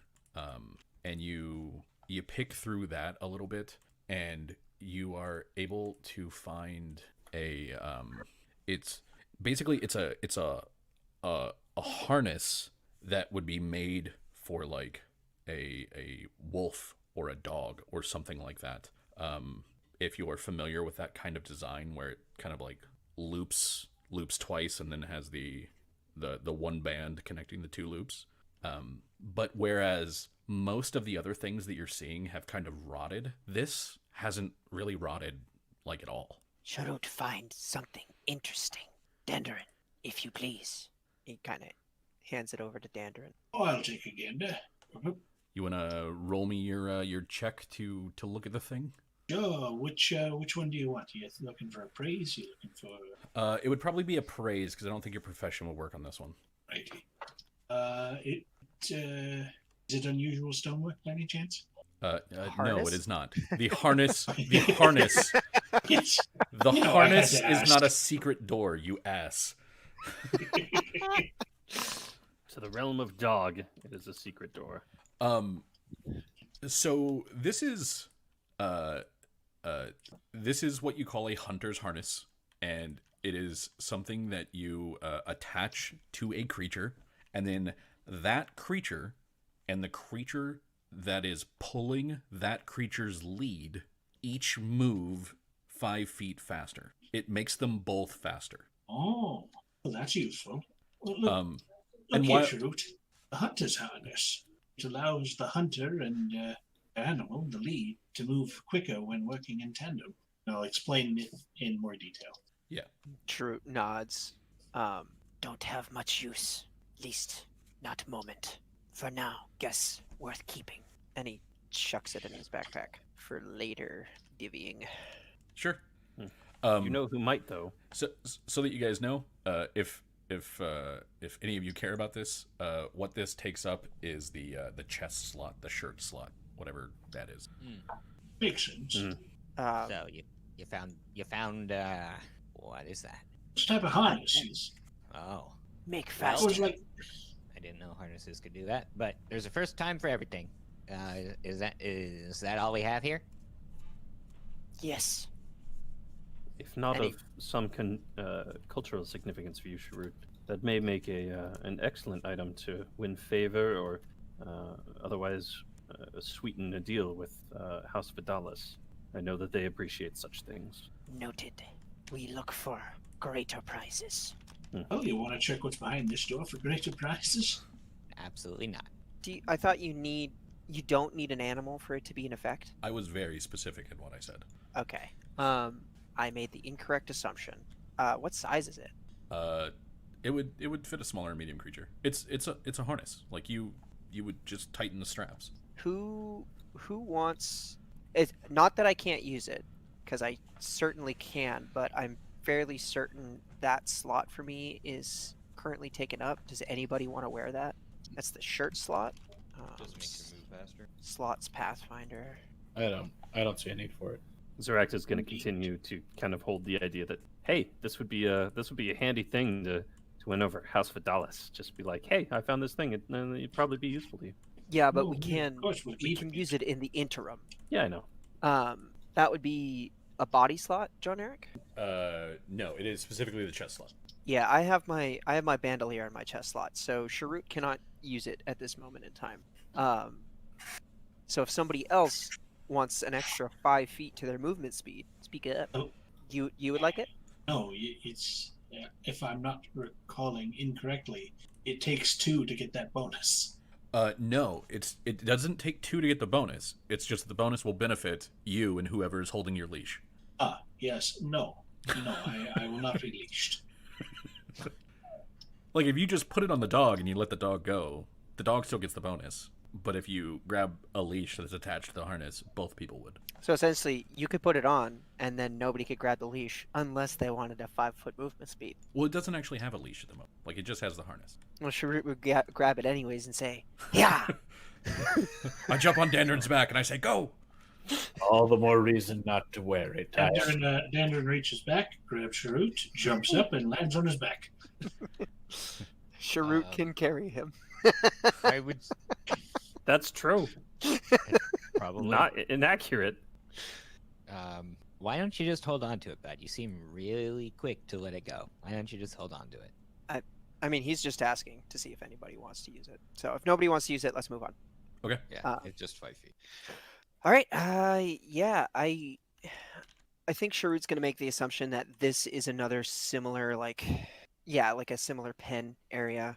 Probably another place that they kept animals, and not exactly what we're looking for. Like, Okay. there might be something of value in there, but we're hunting for bigger game here, better treasures. Alright. So I think we'll continue onward. Cool. Um, I'm about it. I am going to make the suggestion that we go north next. Are you sure we don't want to clear this room that's right here? Yes. I You feel- cannot force me to unlock it for you. Dandrin, I'm of suppose. mind to also clear this room. We don't want to leave these things behind us if we can. Additionally, there may be some benefit gained from proving that we've cleared out some of these dangerous spaces to the church above. Well, there's that prestige that might come with it, some influence, and of course, who knows what's on the other side, aside from probably more of those things. Sharut not opposed to putting creatures out of misery. Issue. How many is not- firebombs?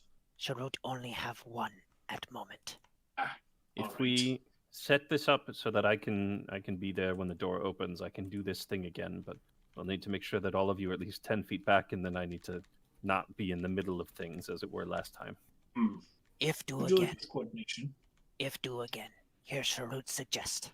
Break open door. Zorak go. Boom. Dandarin here to keep bottleneck. For Sidna Corale. Help. Cover. Dender. Should be drawn to us Then- after Zorak go boom. Indeed, and Lumio. It seemed like you had an easier time hurting them than I could. The creatures, as Sharut said, they're quite resilient, it seems, to weaponry. Magic, that seems to do the trick.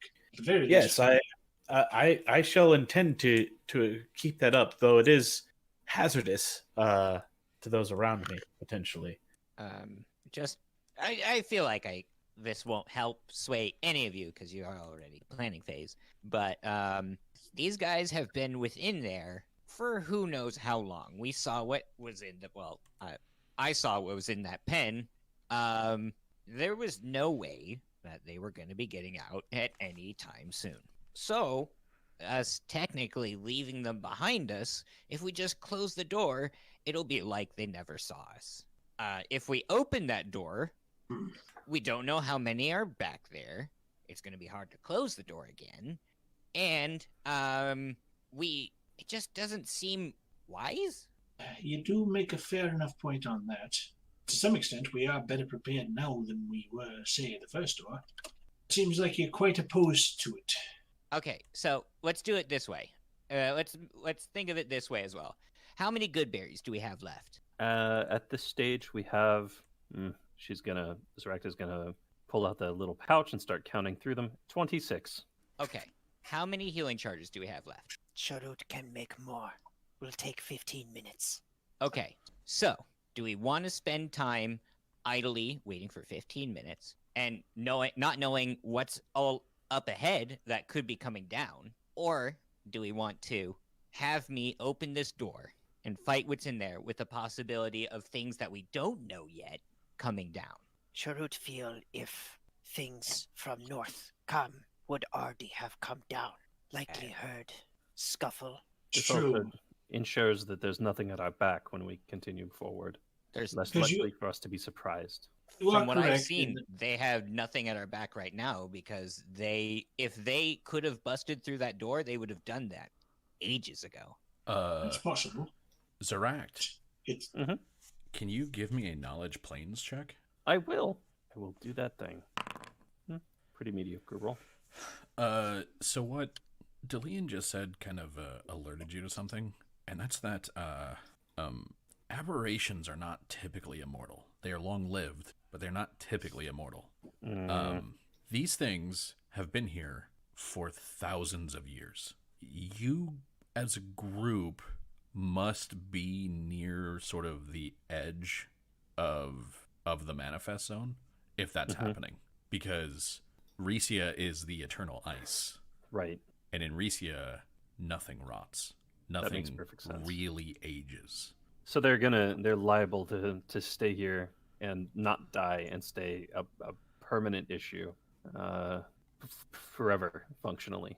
But also really exciting because, hey, Manifest Zone. Oh man, this is really sad and I'm happy about it. Or it's really happy and I'm sad about it. I can't Aw. tell. It's all the same. Maybe Emotions somewhere are- in between. Emotions are real hard. Yeah.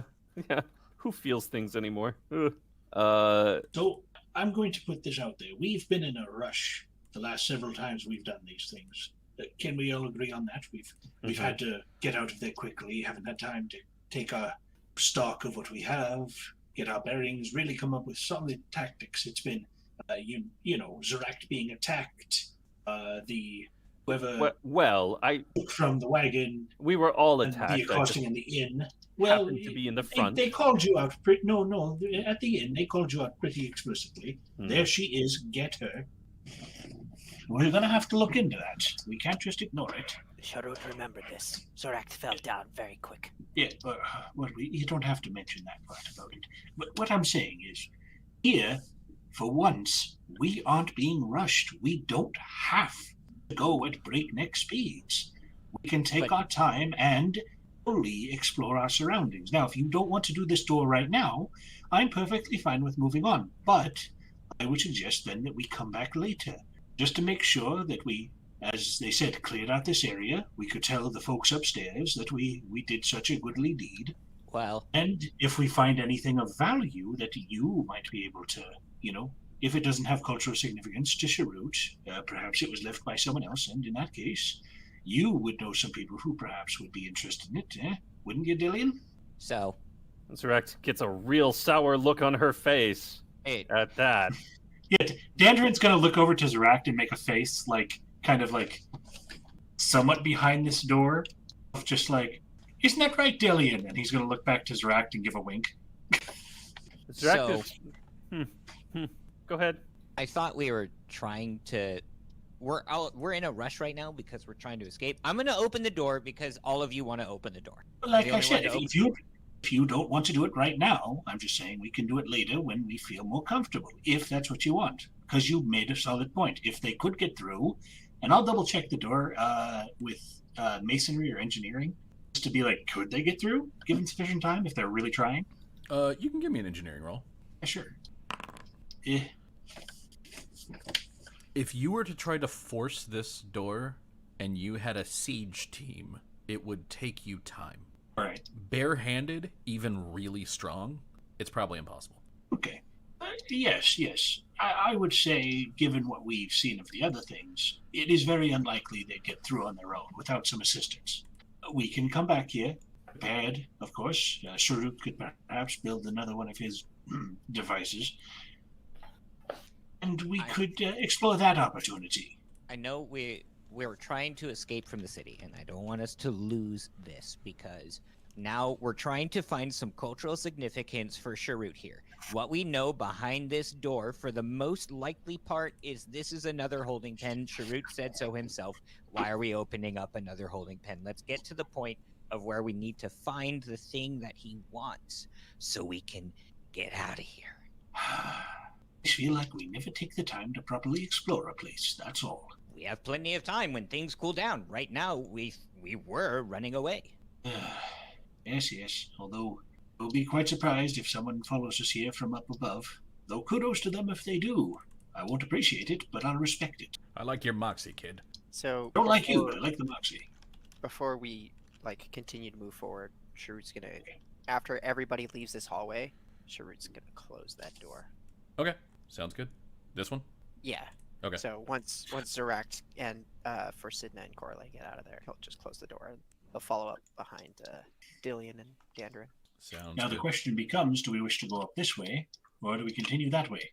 I would like to continue north, this way. Okay, so everybody stop when you get to there so that I can describe what you see from that spot. And I will these up. Okay, so from where you are here, looking up at into this area, there's another set of steps that goes up into a landing. The landing has two doors. There's a door here and there's a door here. This door right here has the two dull blue lights on one on either side of it. The other one has one light in front of it. Both doors are closed. However, from what you can see down there, this door looks to be the old construction, and this door looks to be some of the new construction. Okay.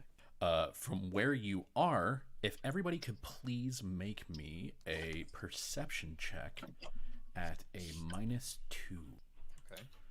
And this isn't for unusual stonework by any chance, is it? And real quick, if I click this button, do you all see that picture? Yes. Yes. That's my sister, it's Uswin. It's Oshwin. What Wait, are you doing is down she here? Oh no, what's You've happening? gotten so big. She's followed us. Well, you did say that you would respect them. I did. Mm-hmm. So Is this what your sister has to do to earn your respect? 1 second? Become gigantic I just don't know why. She's huge. I have to completely redesign the smith. Well, right. we'll be able to serve giants now. So, Good business. that's gonna be Sharut, Zarakt. Actually, okay. So I'm gonna describe what everyone sees, and then I'm gonna describe what specific people see. And this is, so if you guys follow the view north of where you are, up to this spot, the very bright spot. So what you're seeing when you look that way is an area that is reflecting the light that you're bringing in, to the point where it looks like, as you guys move, the area to the north of you just looks like a wall of diamonds. It is just this barrage of scintillating reflections that are just like little ping, ping, ping, ping, ping, ping, ping. It is sort of a soft, sparkly blue, but every now and then one of the little like glimmers will just be like a slight little touch, just too bright. Hurts the eyes a bit, but you're still able to like make it out a couple things. And one of the things that you're able to make out is that in front of this display of ice are 4 chairs. And then there's another sort of softly glowing spot here in the middle. For Sharut, Zarakt, and Delian, you are able to make out something in the ice. Your eyes are just able to sort of see past the glowing and the little like crackling lights, and you're able to see something that is very, very big, frozen in place, and it looks like a disturbing cross between like a centipede and a dragon. It looks completely still, but what you see is this. Yeah. Oh, my lordy. Yep. Well, that's That not makes my terrifying. butthole pucker. Yep. If any of I you don't like that. would like to, you can give me a roll to try to identify this thing. I actually know what that is. That's a sentient icy hot patch. I mean, the thing is, you're not far. You're not far from the truth. It's knowledge Pretty close. it's knowledge arcana for anyone that saw it. So that would be Sharut, Okey-doke. Zarakt, and Dillian. Hold on. That can't be that. That's exactly my bonus. What the fuck is going on here? It's not adding. If Sharut your bonus does is 13, not it's not adding it. It's just adding 11. My bonus is 13. Why is that not adding? Class skills 9, So that should be 2 higher, is what you're saying. 10, 11, 12, 13. Yeah, it should be 2 higher than that. That's weird. Yeah, it's pretty fucking strange. Dillian, no idea what it is. Zarakt, who also got a 15, no idea what it is. Sharut no like look of that. All you know is that it looks just as frozen in the on the wall or in the wall as it looks in this picture. Just like the little wing things are spread, the mouth is open, and it's completely frozen. It is pretty hard to make out due to the way it's catching the light. How do you know? Would we be able to ascertain how deep in the ice it is, or is it just such cold ice that it's clear? Probably wouldn't be able to ascertain how deep in the eyes that it is, but given the size of it, it's at least as far into the ice as it is big. Okay. Yeah. All right. Sharut is gonna continue to move forward. Okay. He has there's no indication that this ice is giving way or hasn't given way, just because of the state of the crypts that he's seen so far. So yeah, he'll Yeah, s- then I he'll, guess like, we reassure Dillian. believe ice keep in place for many thousand years. Likely Yup. fine. let's sure hope so. Keep weapon drawn, just in case. All right. So as you move up to there, what you see is a pair of doors One of them has one of the sort of glowing blue lights in front of them. They are both marked on the wall with very faded, sort of like old Dakani etchings. They both look to be the old construction, the original construction of this place, and yeah, so that's what you see from there. Can I read the Dakani? Give me a perception check to be able to actually like make it out. Is it goblinoid? Could I do the same? Yeah, if you read Goblin, you can like do it. Cool. But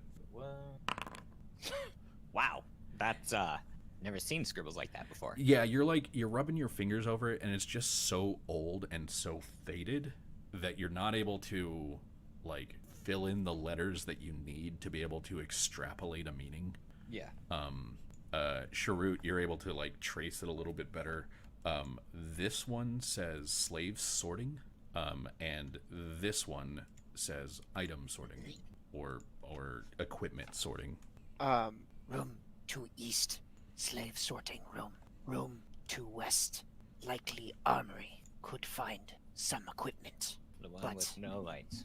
Likely danger, because no lights, yes. Well, shall we go with the plan we prepared for the other area? I think this one has better chance of reward. Sharut agree. Well, I hope you would agree with yourself. He's agreeing to your plan. All right. So we'll get set up before you guys do the dice check. Yeah. So essentially, Sharut will probably be here. Lumio. Aye. Let's get you set up somewhere where you have vision inside of the room. Oh, And behind perhaps Sharut. Right there. might even to set up your totems ahead of time. I can set up both of my totems. Are we going? We're going left. Left. Okay. Yeah. So you yes, can actually that's just the stand one. behind Sharut, and that should give you the best view into the room. It will take me a moment. I can keep one concentrated upon, and the other will potentially vanish during the course of our fight. But it And should then- last. Dandarin, you're still a little too close. Yes, excellent. Much better. Okay, so how about you guys get yourselves into the positions you would like to be in, and then we'll go take a quick break, and we'll come back and you can hash this one out. Cool. Sounds good. So Sounds you like a wanted plan. Corley and Forsidna basically there, and then you would do your curse bloaty, and then they would go in with Gendron. Was that correct? Okay, cool. So from here, let's go ahead and go on a quick 10-minute break. Come back at 9:40, and we'll start there. Cool. Okay. Alrighty. And we're back. We'll go to the right map this time. Activate C. All right, sirs. Just to mix things up, before anybody gets a chance to unlock the door, Sharut's gonna throw his bomb at that ice. No. That'll teach us to expect things. So Welcome to New Dakani Empire. And that's just look, Noah, I'm not saying do that, and I'm not saying don't do it, but I am saying do it. Would you like a Scooby snack? How Would many you- hero points is a fight with a Remoraz at level 3 worth? Because I feel like it's a lot. A fight with a Remoraz at level 3. So a Remoraz is worth 3,200 XP, and you guys, I don't believe that's per person. You still divide that up amongst the group. But because it's so much higher level than, I would probably increase that to about 5,400. And so there's like half a level out of it. So you're saying there's a chance? Oh No. no! Oh no! No. There is No. there is no chance. Being super honest here, there is no chance. So Sharut, please do. But I mean, I could use some Scooby snacks. look, Eric's been talking about his desire to run a Warhammer again. So you throw that bomb, I wipe the party, we play Warhammer. I didn't want to go out like this. Not like this. How does it feel to once, sir? Just let me get behind you. Sharut's thinking about it, and Uh-huh. he thinks, "Oh wait, everybody here can run faster than me. That's not a good idea." Uh-huh. Oh yeah, I'm gonna trip the fuck out of you if you do this. Dirty trip. Spit in your eye every trip in the book. All right. So, what are you guys doing, you little hosers? Oh, nice one. It sounds like I'm unlocking a door. Okay. Oh, I need a plus there. So you are like picking around in the lock, and you realize that it feels like the inside of this lock is like frozen. Oh, Like nothing is moving the way that it should move. so cool bit of news. Take it how you will. The lock's frozen, and I don't mean like it's seized. I guess I do mean that, but there's actual ice in here. I can probably take care of that for you. All right. Well, what did you say? 10 feet? Did you say? She's gonna look back, like assess, motion, correlate back another step. Yeah, and Coralie Zerect will will definitely move back. Yeah, Zerect explodes. Everybody's real happy, and then the smoke clears, and they're like, "Oh, she's okay." She's gonna hold up her finger. She's gonna wait 30 seconds, and then she's gonna do it again. And then after that, she's gonna motion Dilly into the door. Right. Give me another half minute or so before you unlock it. Okay. Go ahead and make your disable device roll there, Dillian. Once all of the ice that has formed in this lock is, water and water vapor, it is definitely easier to open. You pick at it for a couple moments, and then you just hear that click, and All right. It's unlocked. So go get him, Tiger. Lovely. Zerect will again look back and motion correlate back a step. She's gonna step forward and then pop the door. okay, go ahead. It's a mouth. So you open the door, and what you see is a hallway that extends about 15, 20 feet before turning a little bit to the right, and then turning a little bit again back to the left, and then it continues on. The walls of this place are lined with broken shelves, busted barrels, but you also see on everything is a very thin coating of ice. Okay. Zerect is going to kind of take in the hallway, and then she's gonna shout down the corridor. Just a wordless shout. Ha! And then turn around and be like, if there's something down there like those, they'll probably come find us. Okay. There could be another door. Well, I imagine we'll hear them before long. You don't hear anything moving. Does it smell old, or is the smell? Recognizing it's cold, that's probably going to dampen. Yeah. Okay. The combination of things don't necessarily rot here, mixed with the temperature of it makes smelling rotted organic material pretty difficult. Like the shelves are definitely broken, and they have seen the wear of time. Like if you took one of these wooden shelves into the actual plane of Rhesia, it would never rot ever. Yeah. Here it's just slowed. It's slowed a lot. But yeah, you're just seeing, broken shelves, broken barrels, and pretty much everything is covered with a pretty thin layer of ice. Okay. She's gonna shrug and motion folks onward, because it seems like there's not an issue at this point. She will do a detect magic at the entryway there. Okay. Yeah. So from where you are, let me see. So it would be. I have to actually click to see how well this would work.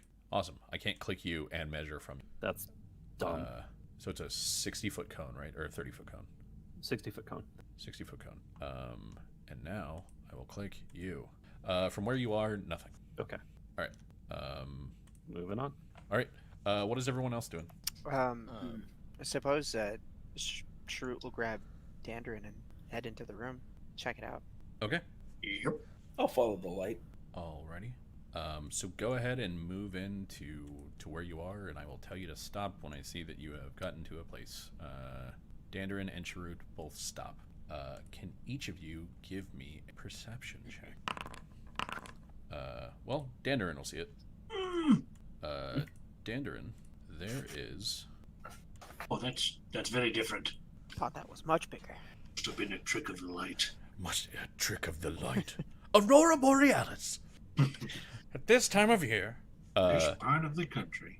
So, you are able to see this, and so you will get an action on what is ostensibly the surprise round. Alrighty. So, if you would like to go ahead and everybody roll your initiatives. Okay. Man, I am rolling like garbage tonight. You and me both, Chirrut. You and me both. Why did we all Like get all- 5.03? Most of my skill checks have been pretty decent, but good lord, I didn't. Yeah, my skill checks have been fine. It's just that not like me. All right. Beginning combat, Dandarin. So, what you have seen, and let me describe this for you. There's sort of a, like I said, you're seeing ice, like a thin sheet of ice on everything in this room. What you see in this corner is this sort of transparent blue formation of ice that is sort of coating what looks like a pole arm that's leaned up in the corner right there. And then while Chirrut is still sort of like examining the stuff right here, you see the ice that's coating that pole arm pull itself away from the weapon, and it is this kind of jagged crystalline snake made of ice and frozen water, or slushy water, I guess. it's a mobile slushy. Amazing. Pull out my cherry juice and I prepare to drink. Exciting. Guys were rich. And you are the only one that gets the turn in the surprise round. So what would you like to do? Well, I would like to seize the initiative from the snake creature. You have done that because you rolled a 13 and it rolled a -1. Ooh. Sorry about this, kiddo. It wouldn't happen to be a construct. It's some kind of elemental, or aberration, I'm assuming. But it wouldn't happen to be a construct, would it? Are you asking for your thundering blows? I might be. It is not a construct. Oh. And then the other question, because I know we talked about it, and I believe we declared it, but is the totem currently up? I think Andy said he was going to put it up. Andy, were you going to put up the? I have not. The one that I can't or that I do with a spell point to maintain it only lasts a minute. Okay. And we waited all through that with Zorak going kapoo. So true. I didn't want to do. So it wouldn't have made sense for you to put it up. Exactly. Okay, that makes sense. All right. Okay. In that case, I will attack this thing's. I guess it looks like it kind of has like a beak-ish or a mouth. So I'll swing at its natural weapon. Okay, sure. For chargy. Attacky. I only do 4 damage, but does an 18 hit it? Does an 18 hit it? In the CMD? An 18 will hit it in the CMD. Then it, please, will take a -2 to its attack rolls. Okay, so I guess the question that I have here is, I get that this is like a core ability of your class. Hmm? It is weird to me that you can sunder and ooze. It doesn't say that anything is immune to it. Okay, cool. I guess I I disrupt imagine it. it's more like a splash, really. It's more that I'm like I disrupt it so it like can't form itself properly for a second. Okay, sure. Yeah, it's weird that you're going in like, I'm gonna break off part of this puddle. Yeah, And he's then I got, do, and people are like, "What?" I mean, I he's got his okay, John hammer. Eric, by that He's same got his logic, water wings. people stab oozes. I mean, yeah, okay. That's people do stab oozes. D&D's weird. How It much is. That's Yeah. how much damage So- was that? unfortunately, I only do 4 actual damage. It's magical, and I'm sticking with bludgeoning for now. Okay. Well, it looks like all of your damage actually got through. Hey, However, it's made of goo. yeah, all of your damage got through. It is made of goo. It is going to attempt to attack you. Hold on. Let me check my maths. Does a 15 hit you? Nope. I know that it doesn't.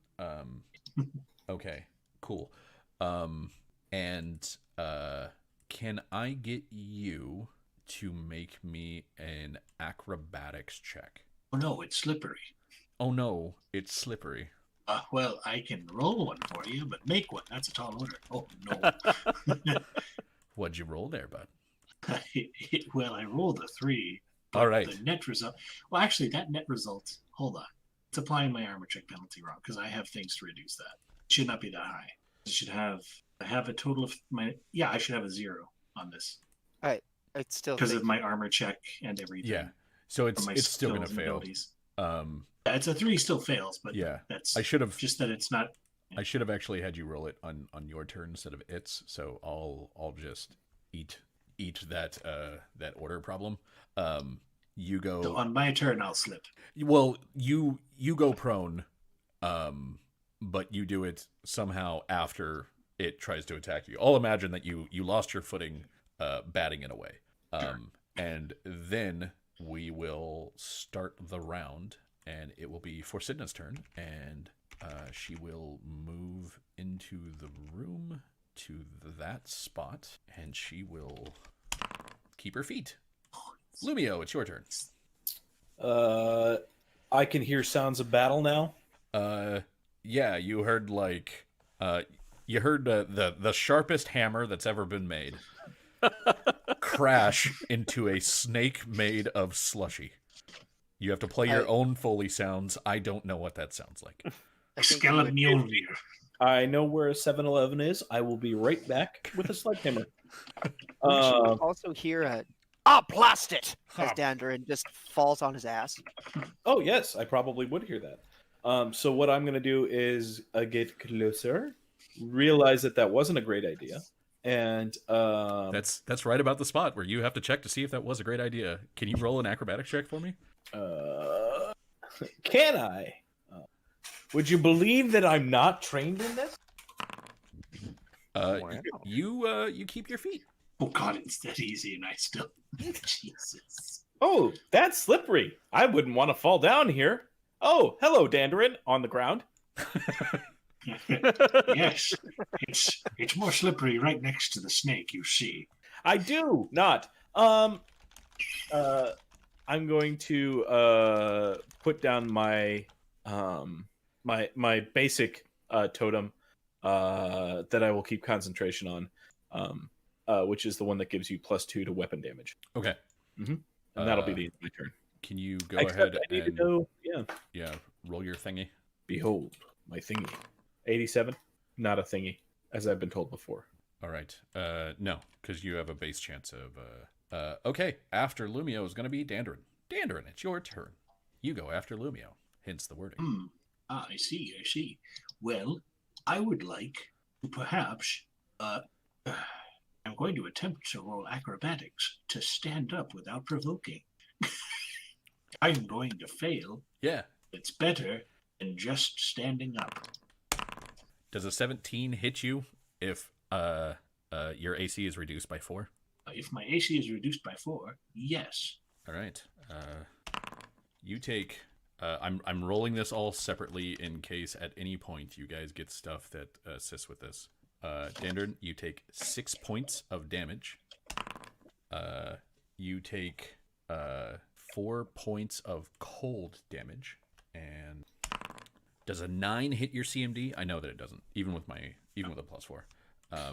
So it as you're standing up, you see it kind of like pull its beak kind of back together and then stab out at you.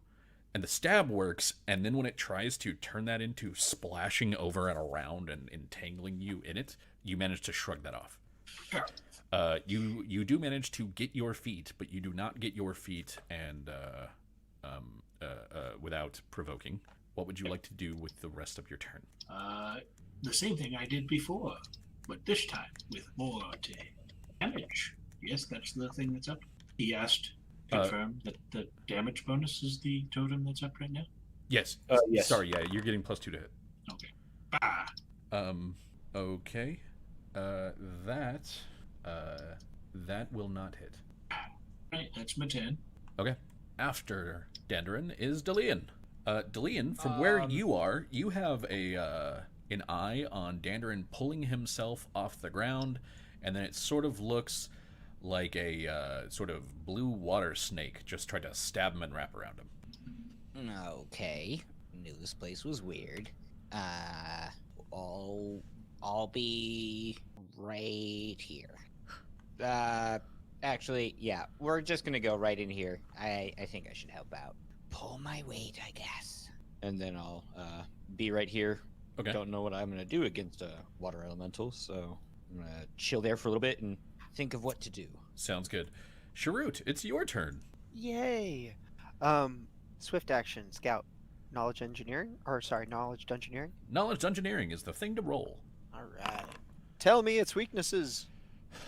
So this gives you weaknesses and invulnerabilities. Yeah. So weaknesses. It is vulnerable to fire. Well, It is also invulnerable to cold. Also, as an ooze, you know that it is mindless, blind, immune to poison, sleep, paralysis, polymorph, stunning, and it's not subject to critical hits or flanking. Sharut relays this information. Sharut goes, "It's a puddle," and then everyone gleans all that information that I just told him. Oh. I don't even think he says I think he says it puddle. It's puddle. And somehow they get it. I don't know how. All right. Sharut is going to fire at this thing. You said it's immune to poison, so it makes no sense for me to make a special poison. -1 but +2 to damage because of. And you do have precise shot, correct? I do. Okay. So the first shot hits. I'm assuming the second shot misses. And are either of those precision damage based? Because I'm seeing the 2 damage dice on the flashbang. Piercing. So for the flashbang is bludgeoning, piercing, slashing. Okay. But that I don't think a 6 hits. A 6 does not hit. The other one does though. So it will 'Kay. take the 6 damage from that. And that's his turn. Okay. And after Sharut's turn is Zarak's turn. all right. Let me know if I need to get to if I get to a point where I need to make a check, Okay, we'll do. You have to make a check. and it's acrobatics. It's an acrobatics check. You keep your feet. Okay. Is that for the round or for that square?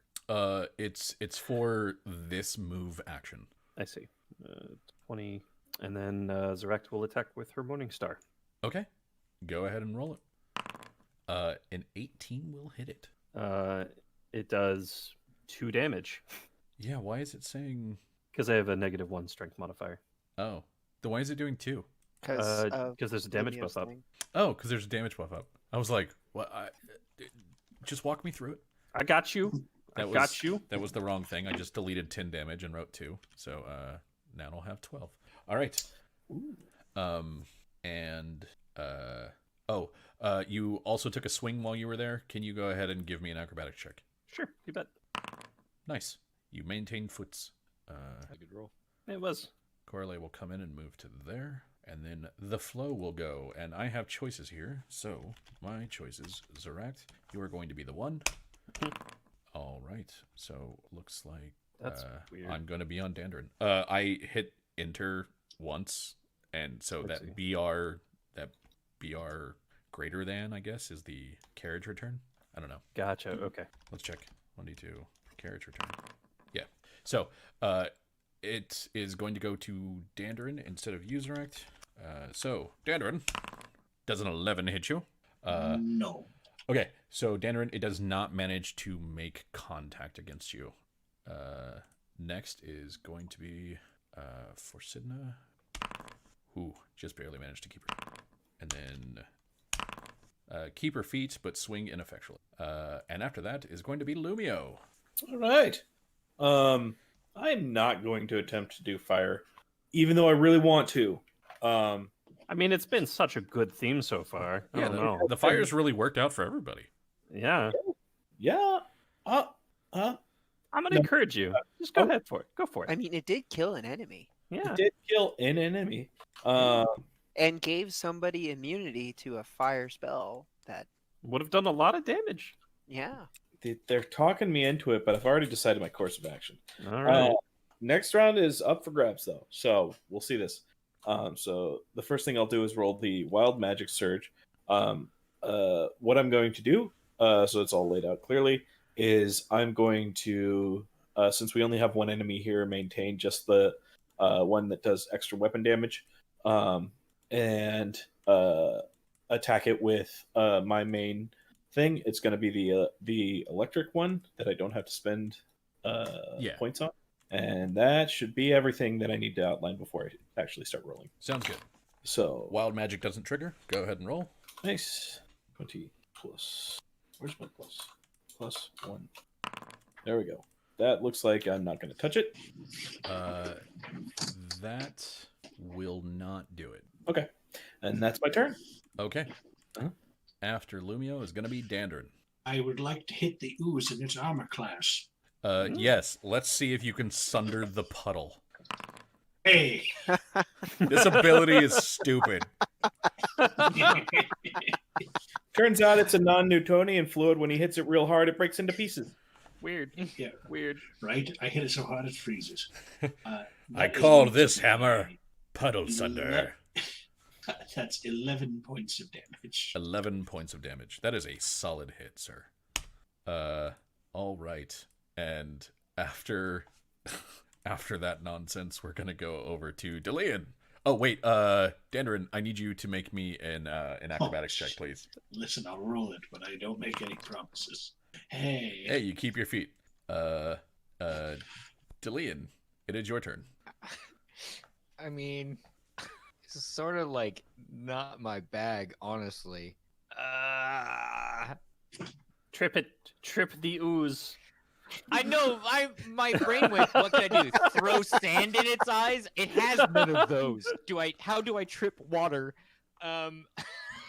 So I'm just gonna chill. Honestly, I think as lame as it is, I think I'm gonna chill. All right, Delian's lame as a free action, and then continues lameness and maintains halt. I do. Sharut, it is your turn. Pew pew, if you will. Oh, all right. Pew your pews.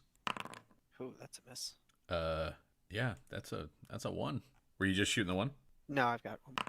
Does a 19 hit? A 19 does hit. Is it?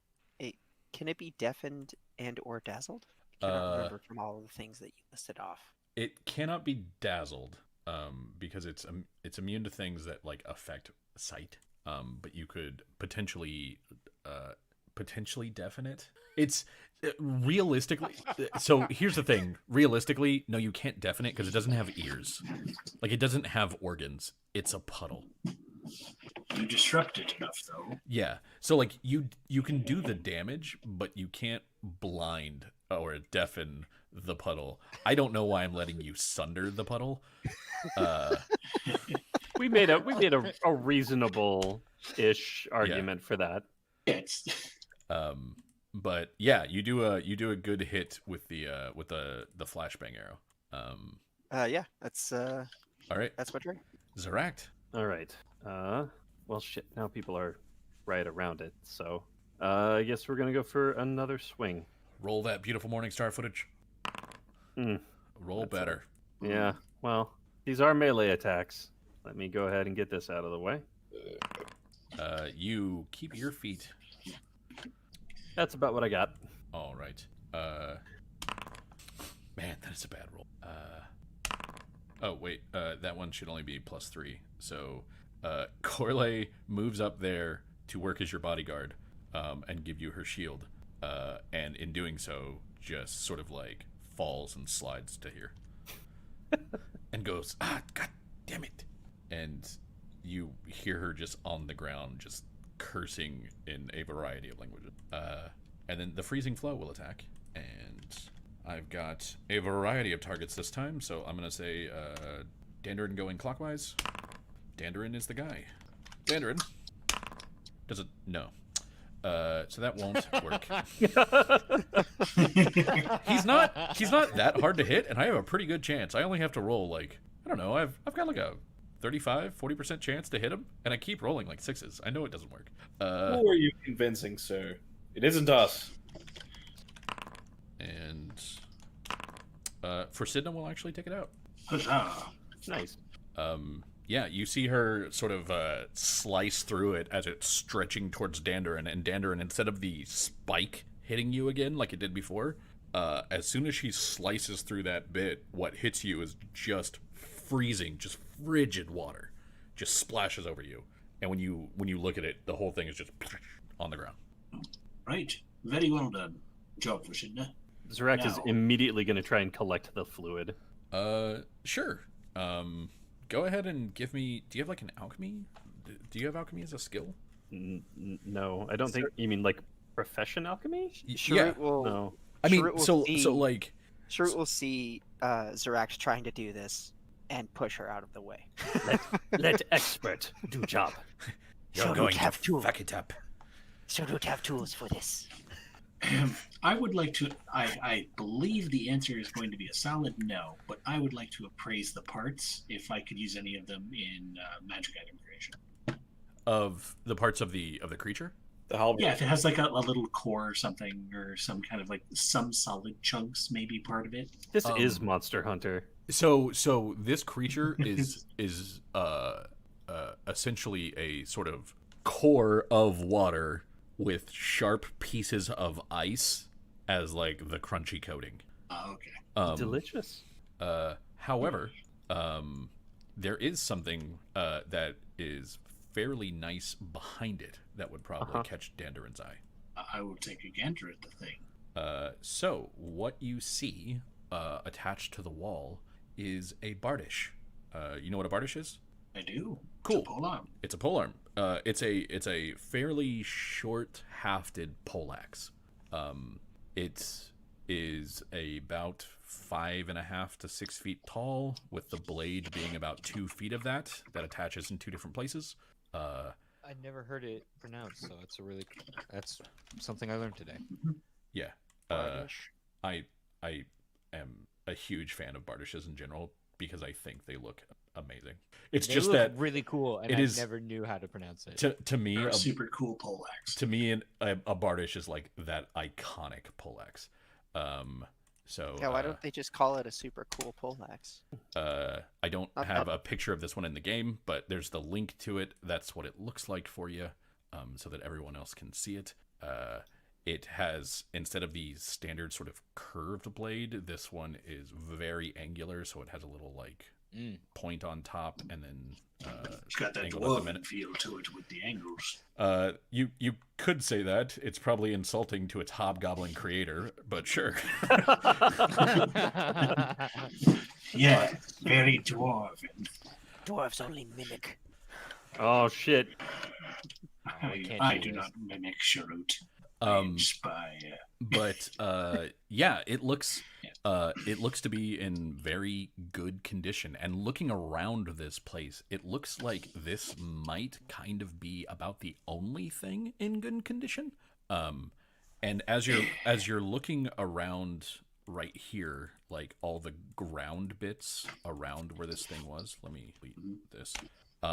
There's a lot of broken ice-covered shelves in this area. So since you're not finding anything else of value here, there's the you could kind of surmise that this might have been behind the shelves, and then as the shelves broke, the items stayed. Does that make sense? I would like to appraise this bardish. Go ahead and appraise the bardish. Well, isn't that I something? appraise the shit out of this bardish. Is it magical? It is indeed a magic. Hey, what does this magic do? So, this bardish, I was actually going to hide the other ability from you, but you rolled real well. This bardish, you know to be faintly enchanted with magic, but as you sort of like run a finger along the edge, and then you pull your finger away, and you see that your finger has this like like right along the wound, and then it spreads a little bit to your hand as you're like, doing the like, shit, actually cut myself on this still sharp blade. You see this blue glow spread a little bit over your hand. This is a +1 limning bardish. Limning? Limning outlines things in fairy fire when you hit them. Oh shit! That's neat. Wow, that's useful. neat. That's mine. It's mine. Take this. I'll fight all of you. I'll fight you twice, Lumio. It's mine. Romeo, don't start nothing. My thunderous blows do full damage to you. Yeah. So that you know, the way this works is if you hit a creature that they have to already have magical concealment of some kind. If you hit a creature that has magical concealment, it will outline them in fairy fire for 1 round. That's how limning works. Cool. If you need it, there it be. With that, Sharut will harvest the puddle. Dasen puddle. Go ahead and give me an alchemy check. It's a +2 because he has a harvester's kit. Well, what do you know? What do you know? You are able to get basically 2 vials of reagents that, if you use them in the creation of something that deals with cold, you will get a +3 to the roll. Okay. You put that in miscellaneous. Let's see. Agents, I cannot spell. And Zoract, you're the one that's looks to be about the farthest into this room. So if you would like to give me a perception check, and Lumio, you could do this too, or Delian, I guess, because the 3 of you are actually like not occupied by what everyone else. Wow, that's Super good. yeah. Okay. So basically what you see back in this area is just more of that same sort of shattered detritus, all of it covered with a thin layer of ice. There's broken shelves, broken barrels. You see bags that have been ripped apart, all of that. And this room is, as you entered it, it was very cold. It was the coldest thing that you have been in yet. Not to the point where it was damaging, and now that you have slain that ooze, like you can actually feel it kind of like warming up a little bit in here. The longer that you're in here, but it's only going to get as warm as the area outside. Right. Of course. So it went from being very cold to it's still pretty chilly in here. That makes sense. So, while Dandarin is examining his new bardish, and Sharut is gathering reagents, what would the rest of you like to do? Forsidna will start helping up Corley, and then they will very gingerly just kind of like step back a little bit, with Corley kind of rubbing at her backside like, fuck, ow. I'll probably just like go outside and scan the hallways. Okay. To your north, you see a incredibly terrifying image of a sort of a dragon mixed with a very large centipede. Yes. I love it. I don't. Otherwise, pretty quiet, really. Cool. All right. Is anyone else doing anything of note? I mean, if there's nothing after a quick scan of the room, I'm gonna head out. Okay. Same. Sounds good. I will double check things because I'm going to look for any items that look like they're not totally destroyed, but just like maybe broken. Okay. Yeah. That's more your ballywick than ours. So I feel like Sharut would probably do a double check of the room as well. Nice use of Ballywick. Thank you. Go ahead and give me a perception check, Sharut and Dandarin, as the human fighters move outside and away from the dark tunnel. I got to use oubliette the other day, which was exciting. Nice. Ooh. Yeah. Not a common one. No. No, that's a crossword winner for sure. Yeah. Yeah. I got a circumspect and bamboozled, which bamboozled is a great word, and I want to use it more, but I don't want to be bamboozled. Right. Circumspect though, pretty solid. So Sharut and Dandarin, as you guys move farther into the room, where because both of you have dark vision, both of you can sort of make stuff out here. So it is slow going. Sharut, you're mostly okay. Dandarin, you're kind of slipping and sliding everywhere. you don't necessarily go painfully down once you're not in combat, and you can concentrate on it.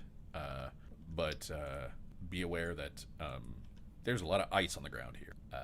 As you guys get farther into this, you are finding what look to be bodies that look like they are encased in ice.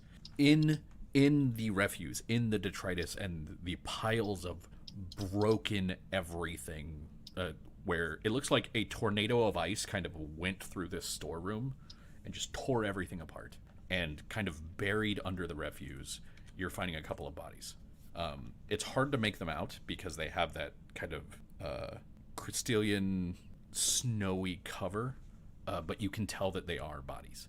Can I do a heal check to determine what kind of bodies they are? Sure. Go ahead and give me a heal check. Go ahead and give me a knowledge dungeoneering. Yes. So, while you are unfamiliar with what a Dolgar is, you have heard of the more frightful of the Dols, one that's called a Dolgaunt. I will show you what a Dolgaunt looks like. It ain't pretty. I apologize ahead of time. Oh, God. Uh-huh. Wow. Uh-huh. This is Yeah. what happens to hobgoblins. Oh, God. That's a big oof. I feel These- like he steps closer to the ice, and he kind of like brushes off some frost to get a better look. And like as he's coming to terms with what this thing is, Immediately regrets his decision. he immediately like shoots back, and because of the ice, falls. Yeah, so like he realizes what it is, tries to back up, slips, goes sliding back, and then when he like looks at what his hand is on like another ice-covered Dolgaunt. These look like they were clearly attacked, judging by the holes and rips in them, and then have since not rotted, but have been just covered in ice and snow. And these are most definitely corpses, correct? As far as you are able to tell, they are absolutely dead. Okay. Just 100% dead. After like seeing that, after like hitting his back against the second one, he kind of just like, you know how when you're like getting up from your bottom and you're like kind of like do like a little bear crawl kind of thing to get a little running start? Yeah. He kind of does that to just bolt out of the room. Okay. So So Sharut just like literally like runs from it. Give me another acrobatics check, please. Let's see. Okay. So he manages not to fall and to keep his feet even though he's moving at speed from what has to be a terrifying nightmare scenario for him. Yes. Like these, more than anything, the Dolgons are indicative of the fall of the because these are what a hobgoblin turns into under the machinations of the aberrations of Zoriat. So yeah, he bolts out of the room, and the minute Dandrin also comes out of the room, I think he slams the door. Okay, sounds good.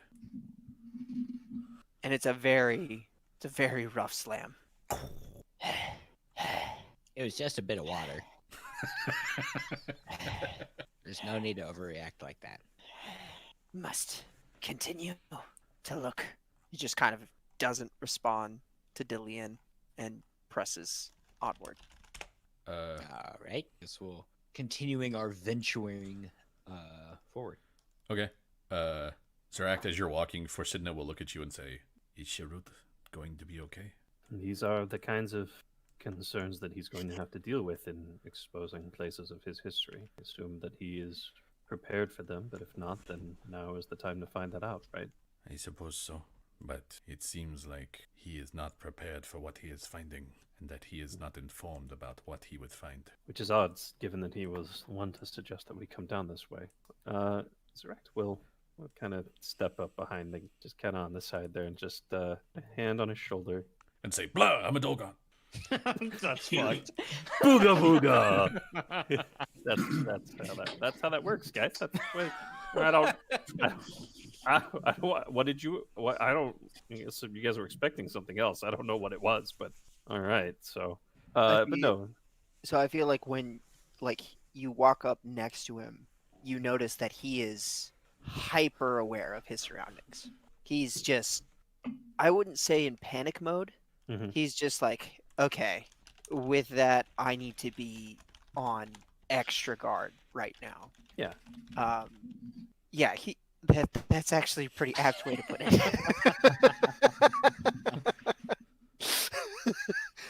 He's not panicking, but he's not panicking. Yeah. Uh, Zaractyl kind of lean in and just, you doing okay there, bud? You seem like you're running into some unexpected surprises here. Sharut, know what happened to Empire. Know what happened to ancestors. Have not seen. Well, Cannot unsee. It is a memory that will haunt you for the rest of your days. yeah, Every this is unwaking moment and every waking moment alone. Let's keep going. We knew that this wouldn't be easy, but this is a good identifier as to exactly how difficult it is. It will be. This is probably not the last of the things that we'll see. Sharut, would you like assistance? Sharut appreciate, but do not need assistance. I'm sorry. Your mood seems to be that of borderline terror. I can assist you. Again, Sharut appreciate, but must decline. It will. Sharut, do this for catch. That is a strange thing to defy, but I am able to magically reinforce your heart, as it is often described. Sharut shakes his head. He's very, very steadfast on seeing this through with his own metal. Yeah, he's very steadfast on seeing this through with his own metal. Again, appreciate. I'll save it for when it fails, then. Sounds wise. And yeah, he pushes on. Okay, cool. So, yeah, the group can push forward. So as you're pushing forward, the Remoraz in the wall is incredibly visible. Oh my! Is that a man, reward? I hate it. It is massive. I love it so much. It is posed in this sort of pose where its tail just kind of like lines its way over this way and then comes forward, and then it's like dead in the center and leaning forward with its wings spread behind it, and it is just taking up basically like all the area behind this glow. And as you're leaning forward, your lights are making this kind of exceptionally bright. You're just getting that like blue glow just magnified over everything. And you all... Is it colder here? It is. And you're all getting it like washing over you as you're getting closer and as the glow's coming from it. And it's so before we go forward, I need from everybody to please give me the first of our cold weather checks. No, we get a +5 because of the you get a +5 to this. We prepared for this. So how what? So what it's stat, a if anything? fortitude save, and you get a +5 to this save. Thank you. I just want to let you know, for some reason or another, this is like triggering my thalassophobia, and I'm having a hard time. It's making me real upset. Do I need to cast courage on you? Oh my god! I'm just okay. Ooh, it's just painful. I believe Lumio has not made a knowledge arcana check on this guy yet. I can distract you with fun Remoraz facts if that's a thing.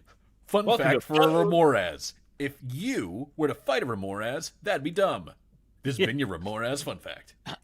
Oh, thanks. The more you know, the rainbow. Please type stop to stop Remoraz fun facts. 20 facts you did know about Remoraz. You have entered stop. You must want to know what could stop a Remoraz. Hint, nothing. Not you. There's no stop to this train. There's only forward. That's it. So yeah, Lumio, if you would like to roll a knowledge arcana on the Remoraz, you can do that. Let's see. Double check my note.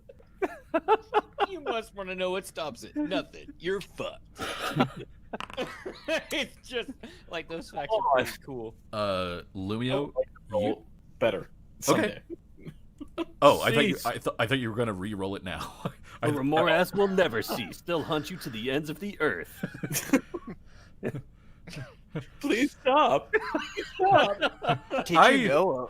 I hate this. A Remoras has no vulnerability to your hatred. Did you know that if you were to hate at a Remoras, that just enrages the Remoras? Did you know in certain places of Eberron, a Mora's tail is a delicacy? That place was a lie. That place is a fantasy land because it doesn't exist. Okay, I don't Lumio. find out much about it. Lumio, you look at this thing and you go, "That dragon looks like a bug and it's weird." You have no idea what this is. Yeah, it's a bug and it's weird. It's a big ugly bug. I hope it can't hear me because it would hear me telling it that it's a big ugly bug. But yeah, I'm gonna move sort of everybody up so that you will all see me ping things. Cool. Sounds good. So I know that this is kind of blinding for some of you, and it's because your light is combining with the light that's coming from the wall. Yeah, man. So sorry, but that's just how it is because you guys have a light on. That how it be It's fine. sometimes. So what you see is a couple of things. Number one, there is a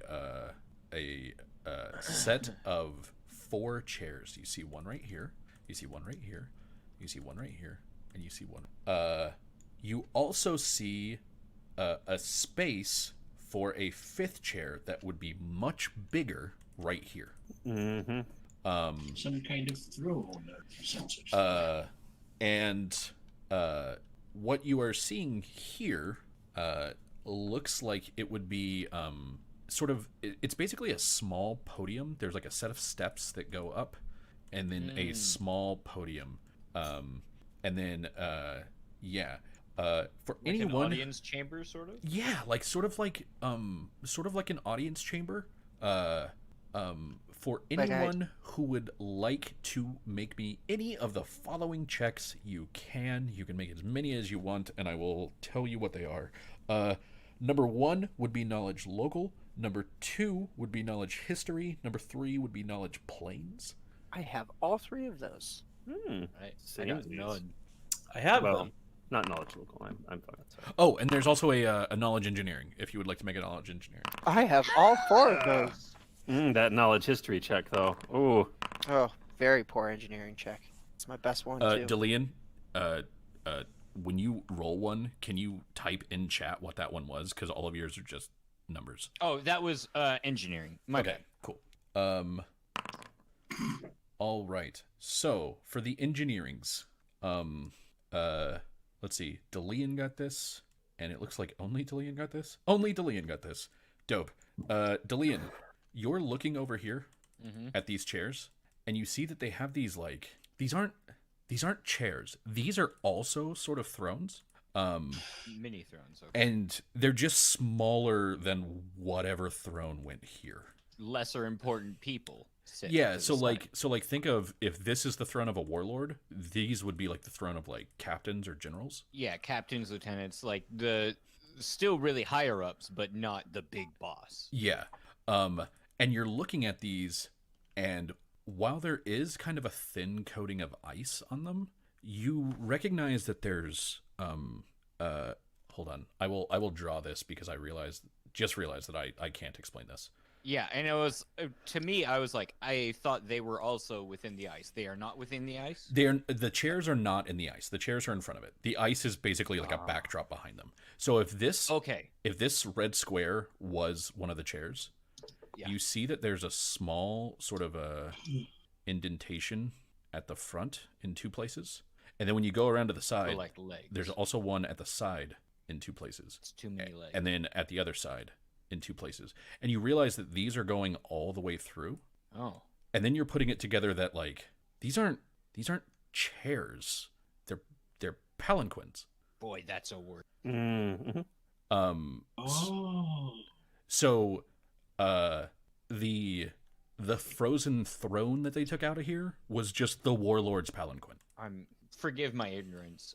What's a palanquin? A palanquin is like, have you ever seen one of those, like, oh, it's the fancy war general type thing, and he's sitting on a throne, and that throne is being carried by people? Yes.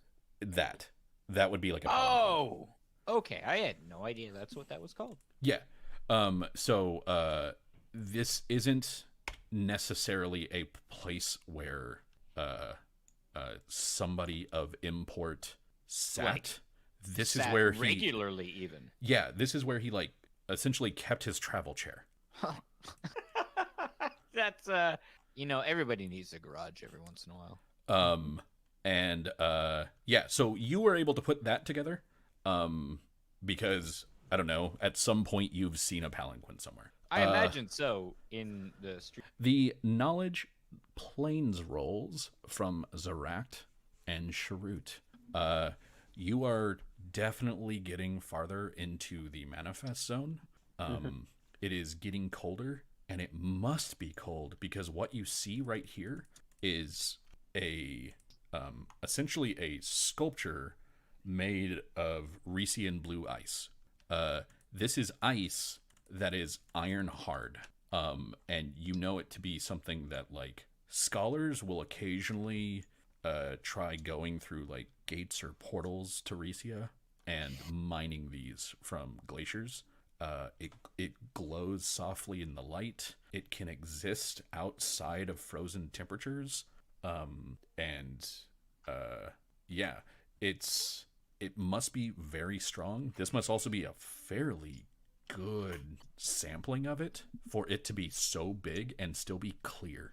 Because usually blue ice is a little bit darker than that. It's a sculpture? No, so the Remoraz within is clearly a real Remoraz, but the ice in front of it is sculpted there.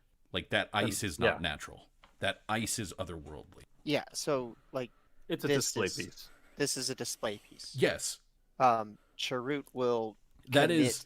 that to memory as best he can. Yeah, that is like, just braggadocio on a level that Sharut has probably never seen before in Ketchvalar.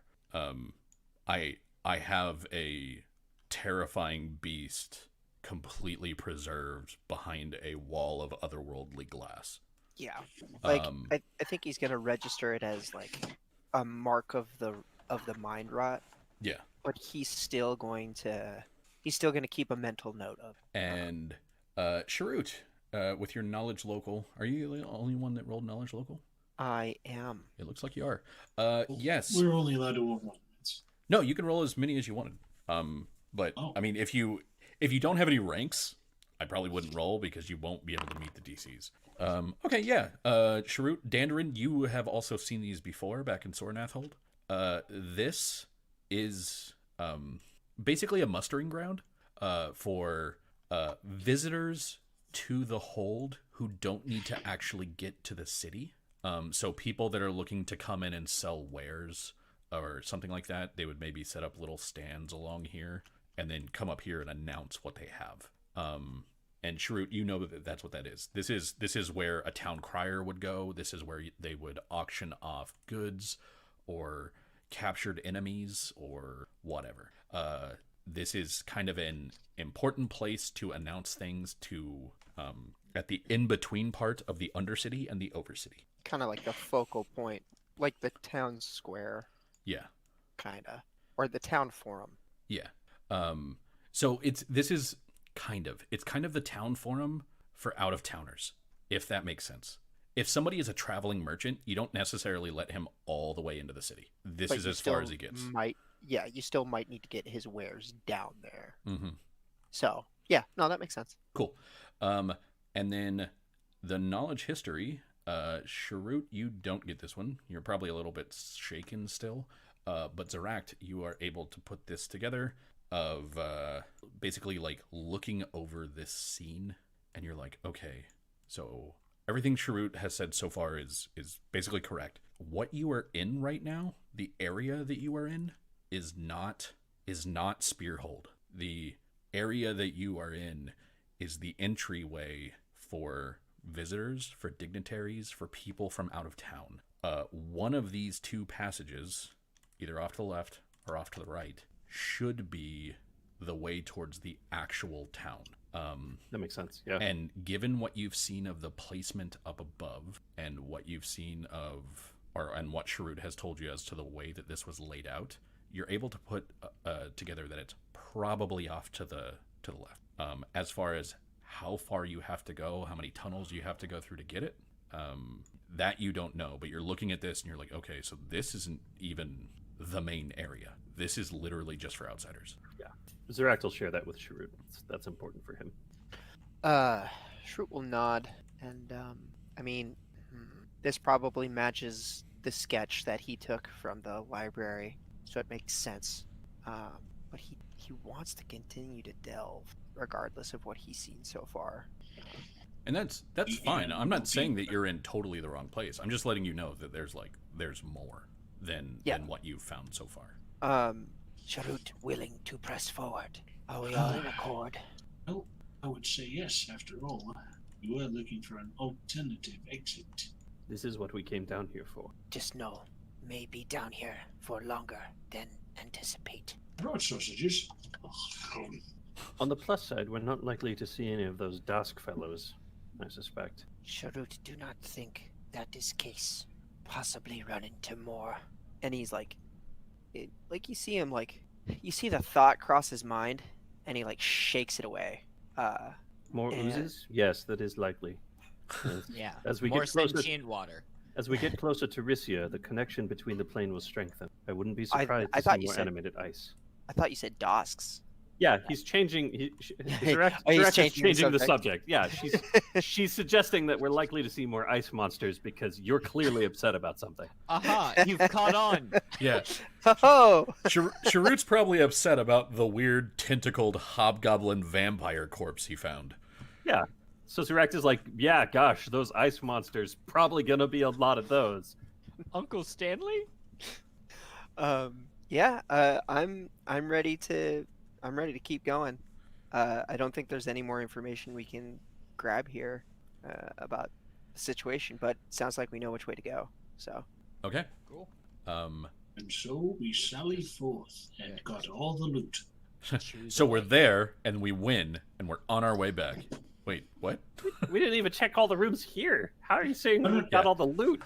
It's So fine. We hit him on the way back. So I Everything. think we'll stop there with you guys sort of standing in the forum and looking at the palanquins, and we'll continue on with this next week. Cool. good night, guys. Yeah. Sounds good. Night, everybody. Good night, Thanks for watching the everyone. stream, Thanks for and we'll see you all joining next us. week. But wait! Cheers. No, it's too late. It's too late, Andy. It's too late. Too late.